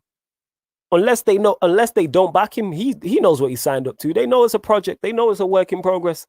If someone said at the start of the season, Everton are going to sign Decore, James, and Allen, and Dominic Calvert-Lewandowski is going to be in the top 3-4 goal scorers, and you're going to finish 8th, everyone's going to take that. Plus, their home form has been poor like a lot of other sides, and that is a major part of that is due to a lack of fans. Because everyone's home record, United's home record's not good. Liverpool fan, you know your home record's not good. Everton's like that. I've said this before. I've not seen the numbers, and I'm going to have to ask Statman. Shout out to Statman Baines. Is this a record? Have away teams in the Premier League? Is this a record for them? Because I reckon it is. We're seeing more away wins than normal. We're definitely seeing because fans, and you know what Goodison's like. Goodison, when it's packed out, you fully know what it's like. Sakib here says, people are saying Dominic Calvert-Lewandowski is worth 75 mil. Please stop that talk. No, he's not worth 75 mil, 90 fam. Put an extra 15 mil on that. You know what I'm saying? Pickford has been their best player in the last 5 games. No, he hasn't. Pickford has not been... Right. Firstly, Sakib said that. Sakib with the greatest of respect, thank you for watching. With the same breath. Jordan Pickford and being the best player in the same sentence don't go. It's like ketchup and milk. It just doesn't work. I said it's like ketchup and milk. The two complete opposites. Jordan Pickford has not been good for anyone. Nobody. He is awful. He is, honestly, and I'm not even just saying this because it's Everton, right? I didn't rate him at Sunderland. I didn't rate him with his little penalty saving for England in the World Cup. And I don't rate him for Everton. He is an awful goalkeeper. He's too erratic. He's too rash. The man turned round and said, I will never make a mistake like Alisson. 3 days later, you went to pluck a ball out the sky, bounced off the crossbar, and you lost the goal in the 94th minute in a Merseyside derby to Origi. That's the only Jordan Pickford could do that. Only Jordan Pickford would do something like that. After making a wild comment in the first place, he is not a good goalkeeper. He has not been their best player. He is awful. No, I agree. I don't think he is their best player at all. But I'm looking at it is Everton it's a project. And I think all the targets they would have wanted to hit have pretty much been hit. Probably, maybe goalkeeper. Maybe, no, when I say that in terms of this season, maybe Europa League. But then you've got would they qualify in 8th for the European Super Conference League? Yeah, they'll qualify for the Conference So League. you're probably looking at that like, all right, now we've got European football, let's build on that. It's a building, it's a process there. And they could still finish. Let me look at the table. Definitely a new goalkeeper. Yeah, like if you look at the table, they're in 8th. They're 3 points off West Ham. With 2 games to go. They're 3 points off Spurs also. Who knows what the Harry Kane to be fair, effect could Harry Kane news could have on the team. If Leicester beat Tottenham and they win their level, go their way, they're going Europa League. That's what I'm saying. Things look promising, and if you sign players, so yeah, like Don Carlo is a work in progress, definitely. What result do you want to go to next, Joe? Yeah, no worries, because you've got Newcastle 3, City 4, Southampton 3, Fulham 1, Brighton 1, West Ham 1, Crystal Palace 3, Aston Villa 2, Tottenham 2, Wolves 0. Yeah, they're the results to pick from. They're the rest of the results. City, Newcastle, because it was a fun game to watch. Okay, so Newcastle 3, Manchester City 4. 2 teams not playing for anything. And I think this game's shown that. What a game it was, though. The goal from Torres. Oh, jeez. Yeah, go on, elaborate on it, family. I'm just going to find the obviously, did you see the team? What that City put out? Yeah, I did see the team. Scott Carson in goal. Well, speaking of that, did you see the stat? Now, what was the stat? The last time Scott Carson scored or played in a Premier League game was 10 years ago. In that time, Ronaldo was scored 325 goals. That's crazy. That's crazy. Who's got time to think of that stat anyway? Secondly, what a stat that is. Yeah, that's crazy. That's to the greatness of the GOAT people. That's what that is. Well, carry on, family. It was an entertaining game. It really was. Back and forth. Newcastle gave a good account for themselves, considering playing freedom. Yeah, but this is what I mean, and this is what happens when you've got nothing to play for and you know that you're safe. You can play with that freedom. You're not reserved. You're not tight. You're not nervous before games. You know what I mean? But there were some good goals in this game. I mean, obviously the Torres one stands out significantly, but some real good goals in this game. And it was an enjoyable watch on a Friday night. And Joe Willock scored again. New lease of life. It is a no-brainer if I'm Newcastle to try and make that permanent. What a header that is as well, by the way. Yeah. New lease of life is crazy. He's had when Lingard went to West Ham, it's like Willock going to Newcastle. Yeah, but look at the opponents he's scoring against. Yeah, he's scoring against the City, Big Six. Yeah. Liverpool, Tottenham. Yeah. He scored against West Ham. Yeah. Like, do you know what I mean? Yeah, it's crazy. You're spot on. 100%. 100%. Leicester, he's making that real impact. So it's just such a poor goal to concede from a Newcastle. Yeah, did I take a deflection? Yeah. Yeah, I thought so. Oh yeah, it took a wicked deflection. That's just a lucky that. Yeah, it's unfortunate, but that Torres flick. Hey. That's one of the best goals this season, easily. It's both feet off the ground. It's ridiculous. It's stunning to watch because you know he fully meant it. Yeah. That's not by accident. No. That is not by accident. I tell you what though, Newcastle with St. Maximin on the break are a different side. Oh yeah, definitely. Oh, great feat. Yeah. That's quality. That is quality. That is VAR. Your friend VAR. I mean, the problem is with the way they're doing the offside, it's incredibly tight, right? My issue is, how's the ref not give it in the first place? Yeah, I don't understand how he's not give that. I could see from here that's it's a Stonewall penalty. Sorry, yeah, it's a Stonewall penalty. And it's like, well. like the West Brom game against us. Yeah. I still don't understand why West Brom's second wasn't allowed. Because he's blocking the keeper's vision or something. Yeah, but that's the rule. Alisson would never have got there. I think that it don't matter in the ruling. It doesn't matter. Don't get me wrong. I agree with you, but that tells you how bad the rules are. Lo and behold, who gave away the penalty? Who? But I was like, oh, here we go. Who? You know who gave it away? I want it confirmed from your mouth. Who gave away that penalty? It's Kyle Walker. Right. And what have I said about Kyle Walker going to the Euros? He's a penalty waiting to happen. And look what happens. Yeah, you said Rash this out of position, has to come back, goes into him. And there's genuine talks that Trent isn't going to be taken by Southgate. We're going to go into that as well, actually. Don't take him. Deal with that. Have Mbappe running at that because you're getting a penalty given against you. Awful defending. Awful. Great save, by the way. Yeah, quality save. It's good follow-up. But once again, he scores. The fact that he's got... I was about to say something that shouldn't have been. The fact that he's got the cojones to step up and take a penalty, fair play to him. He has rejuvenated that Newcastle midfield. What a finish that is as well. It's a good finish, yeah. Because that's not an easy one, even though it's only 4 or 5 yards out. It's coming out of pace. The pace is that is a phenomenal finish considering where it went. But like I said, even that. That's a great rebound. That's a great rebound. That is a great rebound. None of his finishes are easy. Yeah, none of them are easy. You are spot on. Well, yeah, the Kyle Walker Trent thing, we're going to have to go more in depth on that on Sarcasm City TV, definitely. But that's something you feel strongly on. Now we're going to go in more in depth. I'm going to give you the whole show to go through it. Not on here, but we will do at a later date. It's like, I'm not... You've just seen it. You have just seen why Kyle Walker should be nowhere near that England squad. Nowhere near. Where was he? Nowhere to be seen. He then rushes back because he panics because he's out of position and he gives a penalty away and a stupid penalty away. Yeah, there was no need to give the penalty away. No, that is fine. And you're taking that to the Euros. Leave Trent at home. Please do, because it benefits Liverpool. If he's playing Trent, leave him.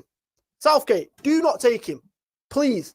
Because look what happened the last time you left him out. Look at the form that he's been in. He's been the best right back in the league since you left him out. He has gone back to the form that he had over the past couple of seasons in terms of assists and his overall gameplay. And defensively, he's been sound as well. Leave him out of the Euros. Don't take him. Don't.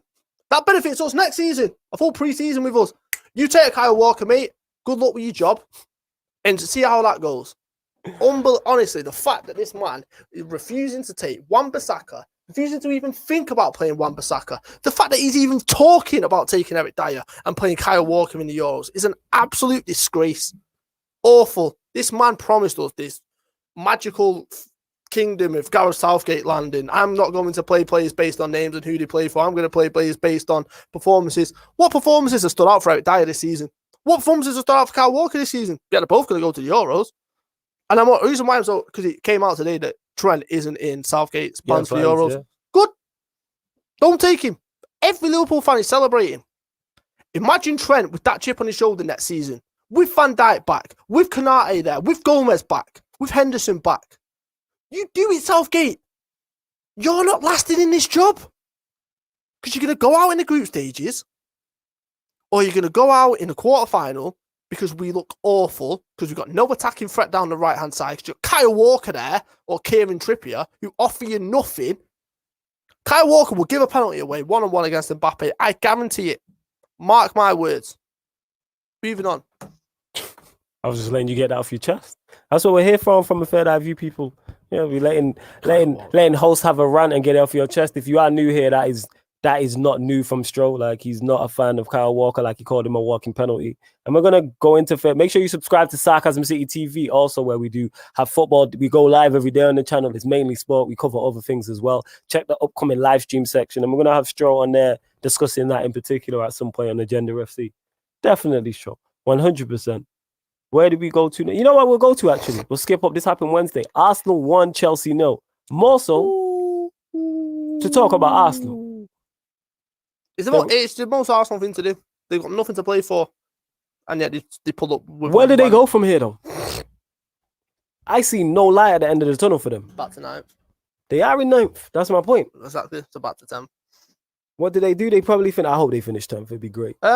Here's the problem they've got. Odegaard's going back to Real Madrid, and Real Madrid are probably going to sell him on to a Spanish club, or even a PSG or someone along those lines. He's not going back to Arsenal. So Ceballos is also going back instead of losing him. I think Willian's gone at the end of the season. Yeah, I heard Willian's leaving. Yeah. I think David Luiz has gone. Mm-hmm. Leno also wants to leave because he wants Champions League football. That's a lot of players to lose from your squad. Yep. Considering you're not going to have a bag full of investment to go and replace players with. True. This is where Arteta needs to be shrewd in terms of the transfer market. There's players in the Premier League, right? So look at the teams that are going down. Pereira, West Brom. Yep.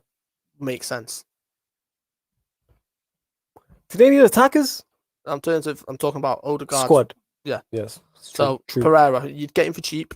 Makes perfect sense. Yeah, he's played in the Premier League too. Exactly my point. Yeah. You look at Fulham's captain, the defender, I can't remember what it's called. Norwegian one. The one that Lewis likes a lot. Is it Anderson? Oh, I troll about that Joachim Anderson. Yeah. He would. Yeah, he's Danish. Yeah, that's it. I knew he was somewhere like Scandinavia. That. Yeah. So he could make a difference. And you'd get him for cheap. Well. You then look at the likes of Southampton.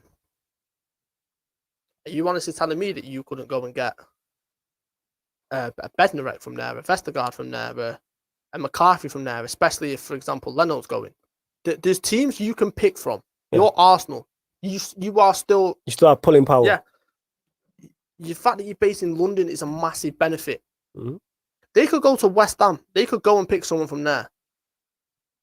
Do you know what I mean? Like, this isn't out of the realm. Like, this is where I want to see now Arteta be shrewd in the transfer market because they're going to need it. Party's going to need a midfielder to go next to him. They're going to need centre-backs. They're going to need a right-back because it looks like Bellerin's on his way to PSG. Sure. He's gone. They're losing the goalkeeper. Who do you replace your goalkeeper with? That'll be a fascinating one. It is really going to be interesting, but I genuinely think this is bad times for Arsenal. I think they are going to be stuck in this rut for a number of years. I think so too. And that brings me great joy. Oh, it brings me great joy. Arsenal fan TV is going to be the best thing that's ever. Great joy. Just Arsenal fans just in the mud with sandals on. Like, you just love to see it. Absolutely love to see it. 8th place finished. They're going to finish 8th, 9th, or 10th this season. I hope it's 10th. It's great just for the Troops video. Because Troops, after United signed Cavani and they signed Party, and he was like, we're going to do this, we're going to do that. You man finished 8th, you man are going to finish 10th. That's what he said. So if Arsenal finish 10th, and I could just put that video together with a laughing track, it's going to be great. Oh, yeah, it would be I'm hoping they finish 10th. Even if they finish 9th. Like, people are like, why do you always get on Arsenal's case and bannering them? Because they just give me so much material to work with. Oh, yeah, it's too easy. If City did that, I would do the same. If Liverpool did that, if Chelsea did that, that's why Chelsea have been getting it, like losing 3 finals in 3 days. I'm saying, like, who does that in the history of their club? Lose 3 finals in 3 different days across 3 different levels. The men's team, the women's team, and then the under-12s. Like, and under-18s playing tomorrow, I'm going to have to check that. You are shameless. The fact that you're bringing the under-12s into it, you are shameless. Yo, did the under-12s not lose a fight? Listen, I'm all for Chelsea agenda, yeah. But to throw the under-12s in is a step over the line. I'll be honest. Oh, it is what it is, isn't it? I'm going to check you out if they got a final, like the under-18s or under-21s are playing or under-23s. They might have a final coming up. Or the women's under-21s or something like that. I might have to have a look. Check. Oh, they could lose tomorrow against Leicester. Then it's 4 losses in 4 days and 3 of them were finals. But we'll soon find out. They better do the business anyway. Because I don't want Liverpool getting into the Champions League. Right, next game we'll go to is... Who we talk about we've not spoke about? All right, let's go Crystal Palace 3. Aston Villa 2. So Benteke, Zaha and Mitchell for Crystal Palace. And then you got John McGinn and El Ghazi for Aston Villa. This was a mad game, you know. Because Aston Villa were completely on top. I didn't watch it, so you're going to have to elaborate on it. They were dominating, they were in control. And then out of nowhere, Palace get themselves back into the game. So it was 2-1 at this point. Get themselves back into the game and just go on and Villa fell apart. John McGinn's finish, which is the first goal you're going to see, is a phenomenal finish. If Toni Kroos or De Bruyne did this kind of finish, you would be lauding it. Yeah, that's quality. It isn't running onto it as well. That's the tough part about it. You're running onto it. It is. It's just so. So you not even set it. So composed, and he's just fed it in. Yeah, you just passed it into the net pretty much. That's quality. And when you look at it from this angle as well, Butler never had a chance. Yeah, look at that. The ways, he just side-footed it. Yeah, he's not even put no curl on it. That's ridiculous. The control on that finish is sublime. It really is. But it was one of them games. It was entertaining, but it was so mad. Hey, that's a quality. I like those type of headers from your number 9s, and that's a great striker's finish. And you know what? Great leap. It's Benteke of old, Aston Villa. That it is. Look at the leap. Benteke with that kind of service, he's unmatched in the air. Yeah, look at that. What a header! The ways you can't even blame the defender for not getting up. Just a leap. I do question the keeper. Really? Yeah, because it doesn't look like it's right in the corner. Keeper can't do anything. No, because the loop, it just doesn't. There's something about the keeper that doesn't look right. Keeper can't do anything with that. Watch. Look, no chance. You're telling me if he dies for that, he's not getting that. The keeper ain't getting that. He hit the side then. No, he didn't. Look where it bounces. Let's see. Nah, that doesn't bounce. That is not in the side netting. Look at that there. You're telling me you can't get that. Look where it bounces. I don't think he can reach that. It's well in the sticks. Look where it bounces. I think you're being a bit harsh. I'm not being harsh. Look, genuinely, look where it bounces. No, that is the worst angle to show it from. All right, you going on like I've got the camera angle, yo? What you mean? Because you're pausing it on the spot, which proves your point. Look at it from. All right, you tell me when you want me to pause it from this angle. Pause it there. One, why is his position so low? Secondly, why is he not stood up? Play it on. Yeah. Look where it bounces. It is well inside. It's inside, but it's because it's going across. That's just a good header. You can die for that because what happens is the reason why Martinez is in the position that he's in is because he's got his body set. Once the ball's come across, he's planted his feet, and at that point, it's difficult to then jump and lunge. That's on the goalkeeper. Yeah. You let us know in the comments or watching back if you think so as well. Let us know. Big up Prime. You're saying, yeah. Flawless is still on the Chelsea. Of course, I'm still on the Chelsea banner. You still crying in it? 3 final losses. You're over there playing your harmonica, crying in it, Prime. You know what I'm saying? I feel for you. He says, Flawless Arsenal's under 23s almost got relegated. Focused on that now, man. We sticking on Chelsea. The key word is almost got relegated. So don't bang. Whereas Chelsea losing the cup finals. Yeah, all 3 of them across 3 different levels in 3 different competitions. I just don't feel comfortable with your fact you're from the under-12s, and I'll be honest. Did they not lose? No, I'm not saying they did or didn't. They lost. I'm just stating facts. They under-12s, they lost like, you get me, their female older counterparts and their male older counterparts. That's what happened. You know what I'm saying? They got beat. It was in Nottingham. I can't remember who they lost to, though. Like, it's peak times for Chelsea as a football club right now, isn't it? Who else in the history has lost 3 finals? And added on top as well, they lost 2 FA Cup finals back-to-back seasons. So they're used to this. They lost this, and the first season they lost to Arsenal. Imagine losing an FA Cup final to Arsenal under Arteta, and then you lose the other one. You This is serious stuff. I'm saying it. This is serious right now. Like, I don't know why Stroll's laughing. This is serious stuff for that. Like, this is it. So as I'm saying, not only did they lose, the FA Cup, to Arsenal's Arteta in 2020. Fast forward to 2021, they lost a second FA Cup final in a row. The first team in like over 15 years, like 20 years to do so. You're a horrible man. Why am I horrible for stating this? Where did I say that? What have I said that's not facts? What did I say that's not facts? Prime saying, Flawless is shameless with under 12s. Their kids, bro, what you expecting? For them to win in it. That's what I'm expecting.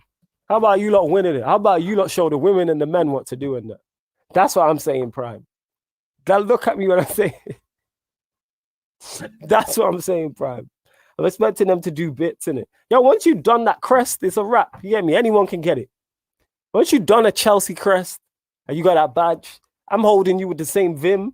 I'm treating you like I do the male team and the women's team. You know what I'm saying? And Prime says, Straw, I beg you, please stop him. And here's the thing as well. Prime, you know who you need to blame for this? This is Yan City. So that's who you need to at. She told me, she DM'd me this morning, knowing what I'm like, because she wants to get at you Chelsea lot, because you lot been talking the most smoke. You know what I'm saying? You're expecting them to win. What you expect from this under-12 to win? To win? You know what I'm saying in that? Are you going? You already seen the women's team get beat. They were like 3-0 down inside 30 minutes. We lost 4-0 in the Champions League final. And you've seen the men lose the second Champions League final in a row. You remember the first one. You man were the under 11s. You know what I'm saying? You were the under 11s when they lost in that. Start getting together in that. Prime, talk to your guys, innit? Because we kind of need you lot as a United fan. I need you lot to do the business in the Premier League so Liverpool don't get in the top 4. And I need you to do the business in the Champions League final. And we know how you lot are struggling with finals recently to beat City. Liverpool win their next 2 games. Yeah. It doesn't matter what happens. One of Chelsea or Leicester are dropping points. That is true. So all right, Burnley, Sean Dyche, I need you to do your business as well. I need you to do your business as well. Well, yeah, Prime, that's what it is. Blame Yan City. She told me about it. I didn't know. She DM'd me telling me. She knows what I'm like. Of course I'm going to run with that. Where else would I know that the under-12s got beat in a final? I'm not going to lie, when you pulled that stat, I was like, where's he produced that from? It's on Twitter. Don't blame me. Why am I let me go to my Twitter. Why am I holding the blame, for people tweeting that out? They didn't need to tweet that out. You know who tweeted it out? One sec. Yeah. I'll tell you now, one sec. I'm literally going to my Twitter now. Hold up. Literally, I'm holding the blame for something that's not me. 1 second. You tweeted it out. Literally going to my Twitter now. While you're here, make sure you get the likes up, whether you're watching it back or watching it live on YouTube, and subscribe to Pi Radio also. And big up to everyone who's listening in. Big up to everyone who's listening in via DAB Radio also as well. Whether you're new or you're a regular, we much appreciate it. And we're here every Monday, 7 p.m. till 9 p.m. Myself, Stro, and JV will be back. Where is it? Hold up. I'm just trying to find it now. Just scrolling down. So much. I do a lot of talking on Twitter. Shut. Here we go. Wasn't me. You know who tweeted it out? The MCFC Reserves and Academy. So it's Manchester City's Reserves and Academy who tweeted this out. Why did they play Manchester City? So they said, well done to the Manchester City under-12s who won a Premier League tournament in Nottingham beating Chelsea in the final. Here we go. And you know what it says under the comments? Let me read the responses. People are laughing. One guy said Chelsea lost 3 finals in 1 week. Someone said, imagine if they lose the top 4, lose the Champions League final on the 29th. Where does it go? Wait, here we go. Prime. So, when in capital letters, when Chelsea beat City in the Champions League final, you're getting it back tenfold. He said, when Chelsea beats it. You know what? I'm with you. I'm with you on that day. I'm a Chelsea fan for that day, Prime. I'm with you. I need Chelsea to do the business in the final. But the way you lot are preparing for this is good. And the fact it's bled down to your under-12s and your women's team is not a good sign. It's not a good sign. You got the men out here struggling. Get me losing back-to-back finals in the FA Cup. That's not happened since the 1960s and that. And then boom, you got the women getting beat. How you get beat in the Champions League final 4-0? Not even 2-0. It was like 3-0 inside what? And then you got the under-12s following suit the day after and that. Saturday, Sunday, Monday and that. And you lot are just getting beat just over a weekend in finals across all levels.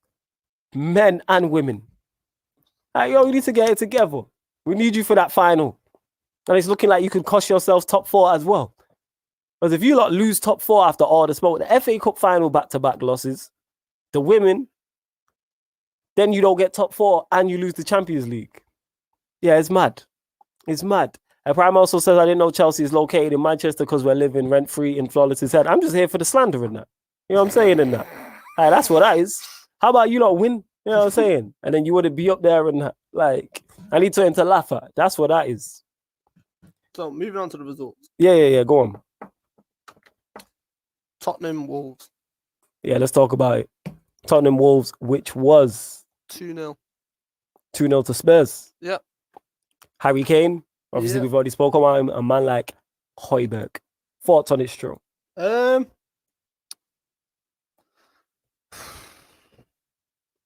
I've seen a lot of Tottenham fans that were so angry with Gary Neville for giving Conor Cody the man of the match.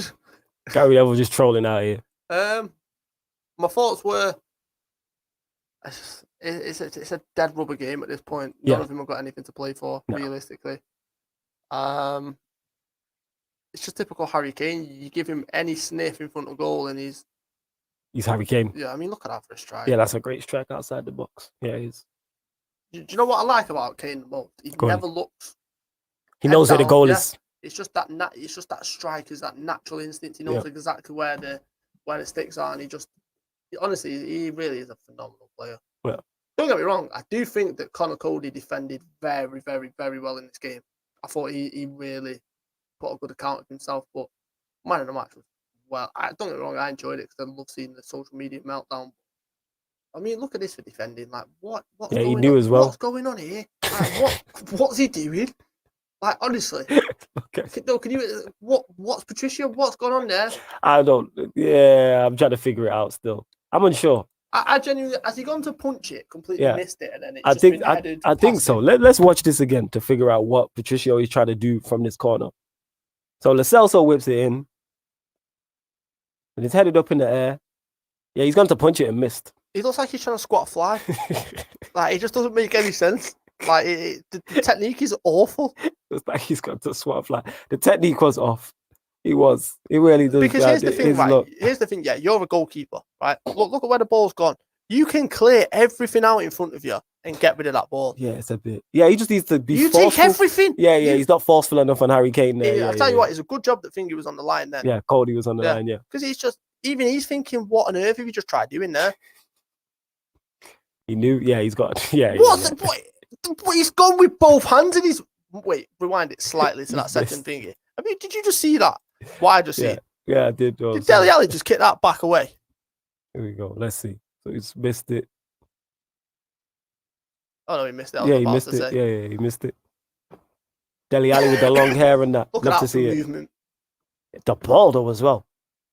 Great for the typical Harry Kane finish. The ball, though. Yeah, the ball. The composure on the ball. Jeez.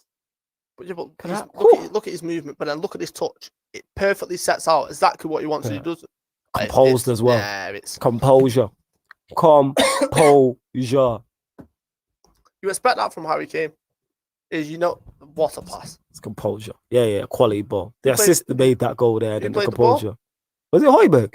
It looked like Eric Dyer. Trying to figure out. Right, if it's Eric Dyer, that might be why he's going to the Euros for passes like that. That's one of the assists of the season, man. Put some respect on his name. It's definitely not one of the assists of the season. No, it wasn't. Is that Højbjerg? That's Højbjerg.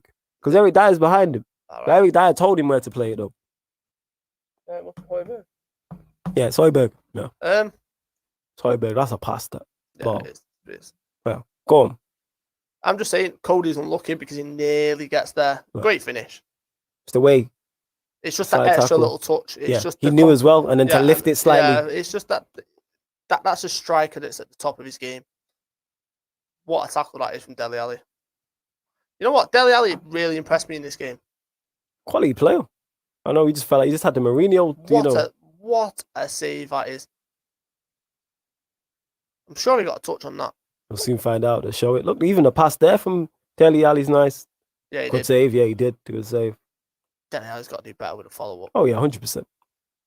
We all know Dele Alli's a good player, though. This is... I can't get my head around if it's unbelievable attacking play or if it's shocking defending. Both. It's both. It's awful goalkeeping. All got to do better. Like, even the fullback. That's where I'm starting from. Here. Yeah, what's he doing? Yeah, the full. Stroll says, "What's he doing?" No, because honestly, I don't. The fullback got to do better. See, when he goes into regular on there, wipe everything. Yeah, you take everything. Yeah, you take everything. He sent you to the shop, like, and then he's give you what he needs in his cupboard, bread, milk, and he sent you. He's gone. Like, you're a Premier League defender, for crying out loud. You can't defend a ball on the byline and you get done like that. You don't jump out of it. Yeah. Poor. So many shots in this game. 24 and 15. 24 for Spurs and 15 for Wolves. Have you seen the defenses? Yeah, they're not the best still. Yeah, you got Eric Dyer fronting up one still. Yeah. I hear you. Fair play to Højbjerg because he's not known for his. Yeah, because he's a sitter. But yeah, he's managed to. Yeah. Look at that. Goalkeeper got to do better. You just parried it out to him. Goalkeeper's got to be doing better a lot of the time this season.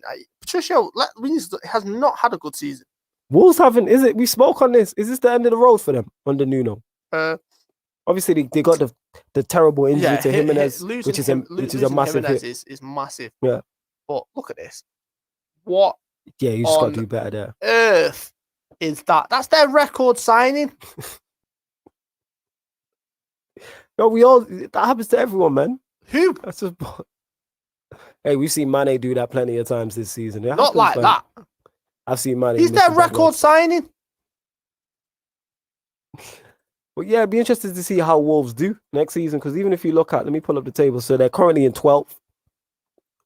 But if you look at last season, they finished 7th. Mm-hmm. Season before, they finished 7th. And then, yeah, they came into the Premier League in the 2018-19 season, finished 7th. 2019-20 season, finished 7th. Then you've got the 20-21 season, and now they're 12th. They just need to go again because they've had 2 7th place finishes. It's kind of like, can you kick on now? Joking aside, when you're replacing Jimenez with that Fabio Silva, which we've just seen isn't good enough, you're going to lose out on goals. Yeah, I hear that. So it is going to be difficult. But it'll be interesting to see what they do. Because they are one of the lowest scorers in the league. It'll be interesting to see what happens to Nuno. Like, outside the bottom 3, they've only scored more than Burnley. Because here's the point that I'm going to make. Tottenham need a new manager, and they're going to need a new striker. True. That's a big job for whoever goes in there. Massive. I don't think Nuno goes there. No, I don't. But what I'm saying is it'll be interesting to see what happens in terms of ripple effects. Yeah, because now that's made that. That's a great point. With Kane now leaving, that makes the Spurs job less attractive. Oh, completely less attractive. Because it's like, even if you go there, you're like, all right, I might not get much funds. I might have to be shrewd and wheel and deal. It's like buying Blackpool Pleasure Beach and the big one's not working. And it's just like, it's broke. It's going to take less off the asking price. Yeah, it is going to take a hit. Because even if you go there, you're like, at least I've got Kane, I've got Son. And then I've got Dele Alli, I've got Højbjerg. And then, sorry to interrupt, look at the ripple effect. Yeah. Kane goes, Son's then thinking, well, wait why a minute, am I staying? He's going to earn what go. Yes. Then Dele Alli's looking and thinking, well, wait a minute, I'm going to go. Then Eric Dyer's trying to go, but no one wants him, so he just stays where he is. Now, Mourinho's supposedly interested in him. Of course he is. Yeah, man. Mourinho trying to take him to Italy, sorry. Take him to Rome. Eric Dyer in the Europa League, man. Serie A winner. Coppa Italia. What are you saying, Strong? After doing well with England at the Euros. Define well with England at the Euros. Semi-finals? Is that not an achievement? No, I'm talking about him as a player. Oh, him being a part of that, playing 6 and 7s out of 10s and getting to the semi-finals? Maybe scoring a goal? Right, so for those that are listening, if England get to the semi-finals and Eric Dyer has played a pivotal role, I will wear a Manchester United shirt all season long next season. Okay, from a third eye. Say that again into the microphone clear, and please look into the camera when you say that. If England get to the semi-finals, right? If England get to the semi-finals, and if Eric Dyer has played a pivotal role, 6 and 7s out of 10s all the way through, I will sit on from a third eye view every game or every week till the season's over wearing a Manchester United shirt. That's how confident I am that this man is awful. And that is the 2021 to 2022 season, yes? I'm just making sure. Just for clarification. That's all. You heard it here first, people. You know what I'm saying? You heard it here first. Big up Abdallah. He says, man, like flawless in the cut, my bro. Big up to you also. Big up to you every time. What other games? We will talk on the Euros, actually. We'll talk on England's run briefly as well and see what we reckon. Where else are we at? We'll talk Southampton, Fulham. Nah, Brighton. Brighton, West Ham. Okay, so Brighton 1, West Ham 1. And this pretty much nail in the coffin for West Ham's Champions League hopes, even though I think they'll get European. Yeah, nail in the coffin. They'll get Europa League, but yeah, for me, nail in the coffin. Which is still a good achievement for them, to be honest. It was a surprising result, I'll be honest. I didn't expect it. I thought West Ham were going to go there and win 2-3-1. And fair play to Brighton. It's no surprise a certain individual popped up again for them. And Danny Welbeck. Yeah. He score goals. He will always score goals. Human service will score goals, 100%. And like I said, fair play to him, phenomenal. Can we just talk about what a buy he is for Brighton? Who? Danny Welbeck. Talk about it. Because his goals have got them safe. True. Same with Mopé, but his goals have got them safe this season. That can't be underestimated. No. I've said this. Is he a top 4, top 6 striker when you're trying to achieve Premier League and win Champions Leagues? No, but can he do a job in the Premier League? Well, absolutely. As we've seen for Brighton. Yeah. Because he's added goals. He'll score goals. Yeah, I agree. That's without question. But definitely score goals. What's next is more so for these two teams. Obviously, West Ham are trying to finish in the top as high as they can, but trying to finish in the top 7 and get Europa League football and then go again next season, maybe recruit. Issue West Ham have got. This has been the perfect season to kind of storm and break away into the Champions League. Yeah. Next season, it's going to be more difficult for them, and I don't see them sustaining it. I honestly don't. For Brighton, it's just a case of being safe earlier and making sure you secure your position in the Premier League a lot earlier. So that's very unlucky. Yeah. Because Graham Potter, we talked about the Spurs job. I think he fits. Now with Kane leaving, I think he fits. Because I think top managers look at that and go, it's a bigger job now. It was a big job anyway. Yeah, he needs to score that though. Oh yeah, he's Dawson. You expect better from Dawson there. It's a free header inside in the 6-yard box. 8 yards out, sorry. Free header. Alisson would have scored that. Send it. Just saying. Yeah, I'm sure he would have. But yeah, as I was saying, where was I at? Now it's a bigger job. Look at that for a pass. And that's a great finish as well. That's a great finish. Great pass, great movement, great finish. I like the celebration as well at the corner flag. Look at that. Yeah, that's nice. Finish as well. The finish, quality finish. The finish is to ding the goalkeeper. It's honestly, it is a lovely finish. Yeah. So composed. Yeah. Similar to the Kane one we was talking about.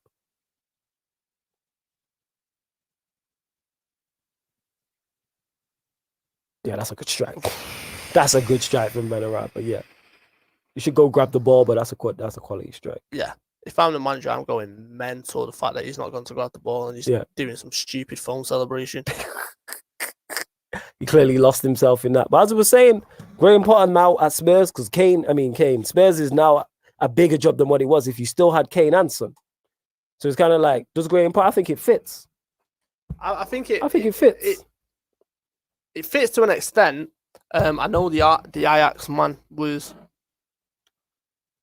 favourite to get the job at one point. It's just like you said, is you go to Tottenham because you want to work with Harry Kane, and the fact that you're not going to be working with Harry Kane is a massive thing. So it will be interesting to see how it plays out. I am very intrigued. Very interesting. 100%. Very interesting. Last game of the weekend we haven't discussed. Southampton 3, Fulham 1. Obviously, Fulham are already down. Southampton are just in mid-table. And again, Southampton are one of those teams, they're just in that space where they don't get relegated, but they don't challenge for the top 7. They're just in that middle ground. Proper mid-table club. It's like they need a proper window with some game-changing players. Intent. Yeah. Like how we talked about Everton having intent. Because they could just end up like Wolves. Oh, yeah. Because Wolves, obviously, they finished 7th the 2 seasons before, but this season, it seems that way with Southampton. They're just there. Yeah, they have good players. They have solid, honest, hard-working players, but there's not much else. And they had some terrible form as well. Because they're 14th. Their 14th currently is kind of like, they're just there. Yeah, they don't really add much. They finished 11th last season. Yeah, so obviously they've had 2 seasons in, because I'm just here looking at the tables from previous. So they came up, finished 11th, which is a good return for them. Then they finished, they're 14th currently, but they could finish 2 games left. They could finish as high as 12th. So they're round about there. I suppose they're trying to solidify themselves. That's what a Southampton fan would say. I understand that, because you've come up and done a great job to not be in a relegation battle for 2 years, even though their form was horrific. And when they went 2-3 months without winning a game or something like that. After they beat us. Yeah, it was something like that. They did, but like you said, they need a couple game changes. Does Ward-Prowse go to the Euros? Yeah, because I don't think Henderson goes. Does he start? Because if his set piece is that good, that he makes up for the rest of his game. No, because Calvin Phillips can produce free kicks similar. So you're playing Calvin Phillips in your team? Yeah. With who? What is your England team? Your 11. Go on, give me your 11. I mean, am I going with what I think Southgate's going to go with? No, what you would go with personally, like with formation. So I would go with 3 at the back, 3-5-2. Okay. Wait, goalkeeper first. Definitely not Pickford. Pope. So you go Pope and go, who's your three centre-backs? And why? Wan-Bissaka to the right. Okay. Stones in the middle. Yeah. Maguire to the left. Okay. Why those three? Because Maguire operates naturally on the left anyway, and I think that it makes perfect sense. Stones in the middle because he's had a phenomenal season. He's better to come out with the ball than all of them.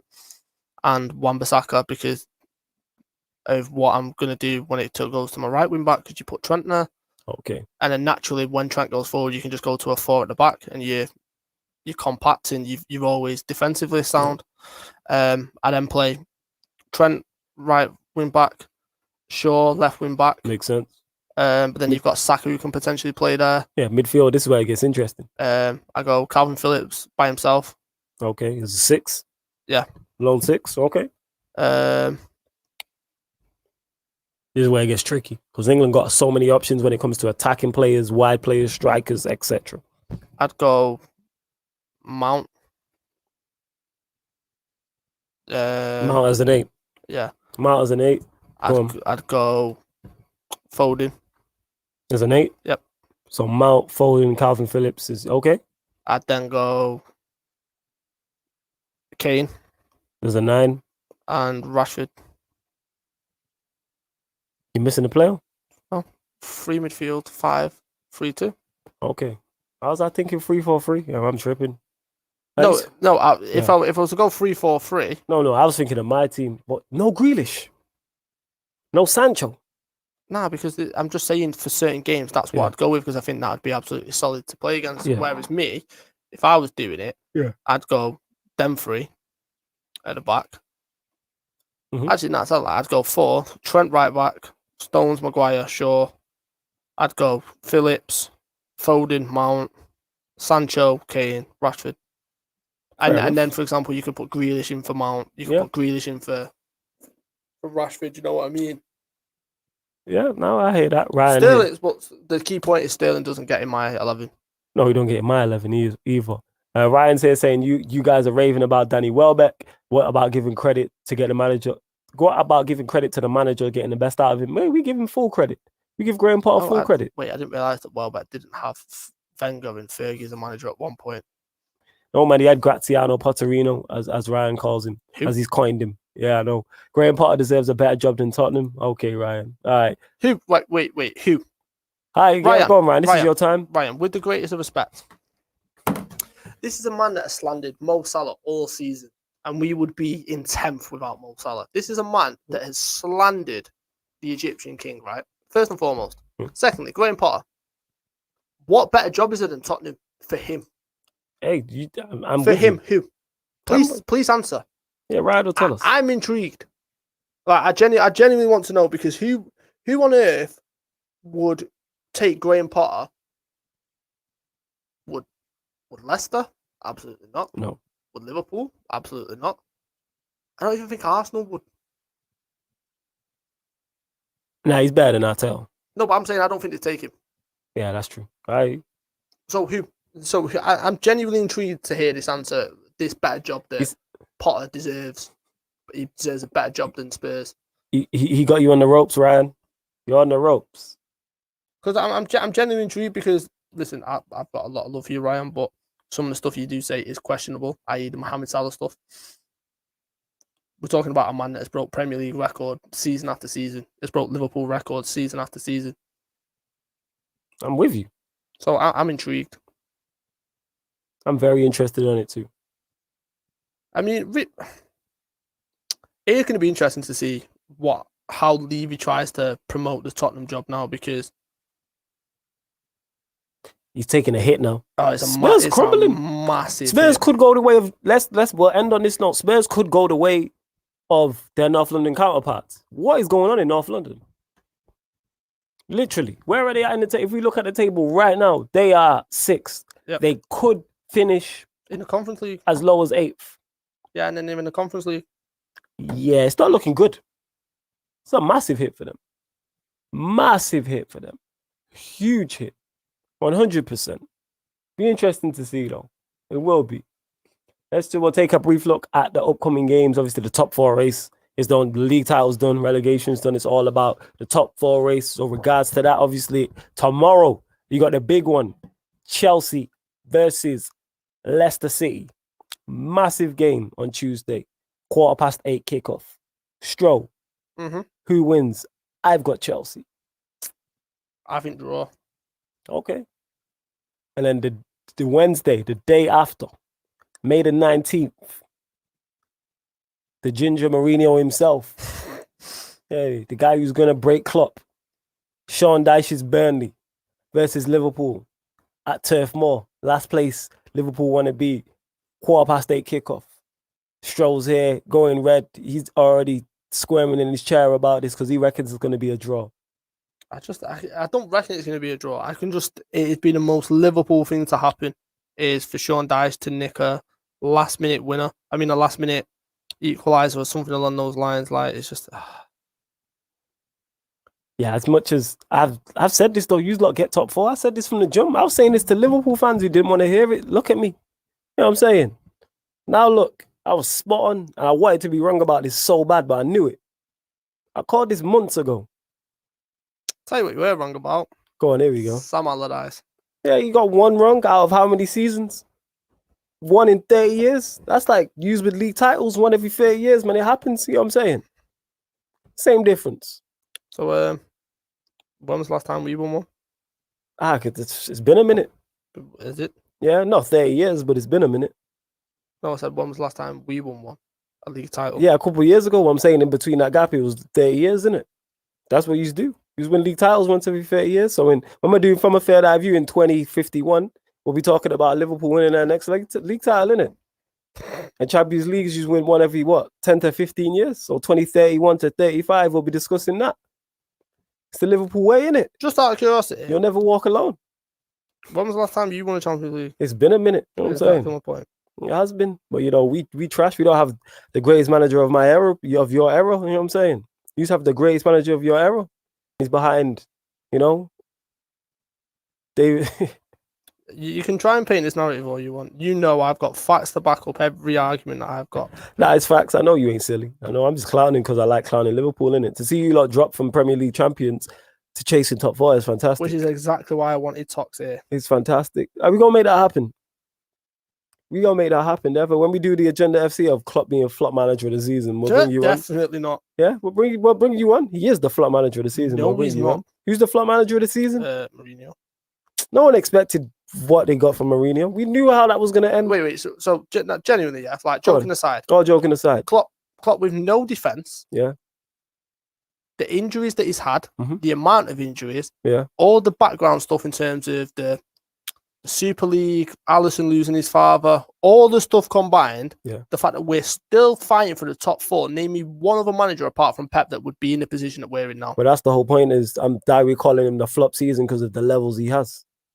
No, but what I'm saying is there's no manager that would be competing for a top 4 if it wasn't for Klopp. Even with the injuries you've had. Are you joking, even with the injuries had and everything you said there, you should be in the top 4. There's no way you should be losing 6 games in a row at home. Come on. The amount of injuries. I get the injuries. There's no way you should be losing 6 games at home in a row. I agree with that, but that's not on him. If you watch, he has to be held accountable for that. Is it all on him? No, but he has to be held accountable for that. All right, and here's the thing is of what I said is originally flop manager of the season. Who's been worse? There hasn't been anybody worse. Who's underperformed to that level? See, this is what I mean. I don't say the Pep, no, Ollie, Brendan Rodgers, Lampard. You could have said if he was still here, but he got sacked. Spurs new manager, Moyes no, Ancelotti no, Arteta no. Bielsa definitely not. Dean Smith definitely not. Nuno maybe. Roy Hodgson no. Yeah. Hassan Hootel no. Realistically, Sean Dyche definitely not. Realistically, I already know. Man like Brucey Ball, Steve Bruce definitely not. Like I said, Graham Potter you could argue actually. Realistically, I know that rival fans are going to say Klopp, which is cool. Do it because watch the reaction that he gets. But what I'm saying is, there's last point on it before we close. There's no manager in the league, barring Pep, that would have this amount of injuries and still be in the chance of a top 4. You know it, I know it. No one. We're going to discuss this further. But love to everyone who's locked. Big up to Stroll for holding it down. As always, love to our brother JV. Big up to everyone who locks in each and every week. We appreciate it. Whether you're watching this live right now on the YouTube or watching it back on the Pi Radio YouTube, make sure you hit the like button and subscribe to the channel. If you're watching on the Facebook or the Twitter, they're Pi Radio's Facebook and Twitter. Make sure you retweet and like the tweet on Twitter and like the Pi Radio Facebook Ryan page. Didn't respond. Also, shock. Yeah, no surprise. We're going to get to him. And we're here every Monday, people. Every Monday. Every Monday, 7 p.m. till 9 p.m. on Pi Radio. And even though the Premier League is coming to a close, we will be covering the Euros as well. So we will go to a Euros 2021 show. We're discussing all things Euro. We'll be discussing Copa America as well, certain people's goats struggling again in international tournaments. We're going to get to all of that, people. Love to everyone who's locked in. Much appreciated. And this has been From a Third Eye View on Pi Radio.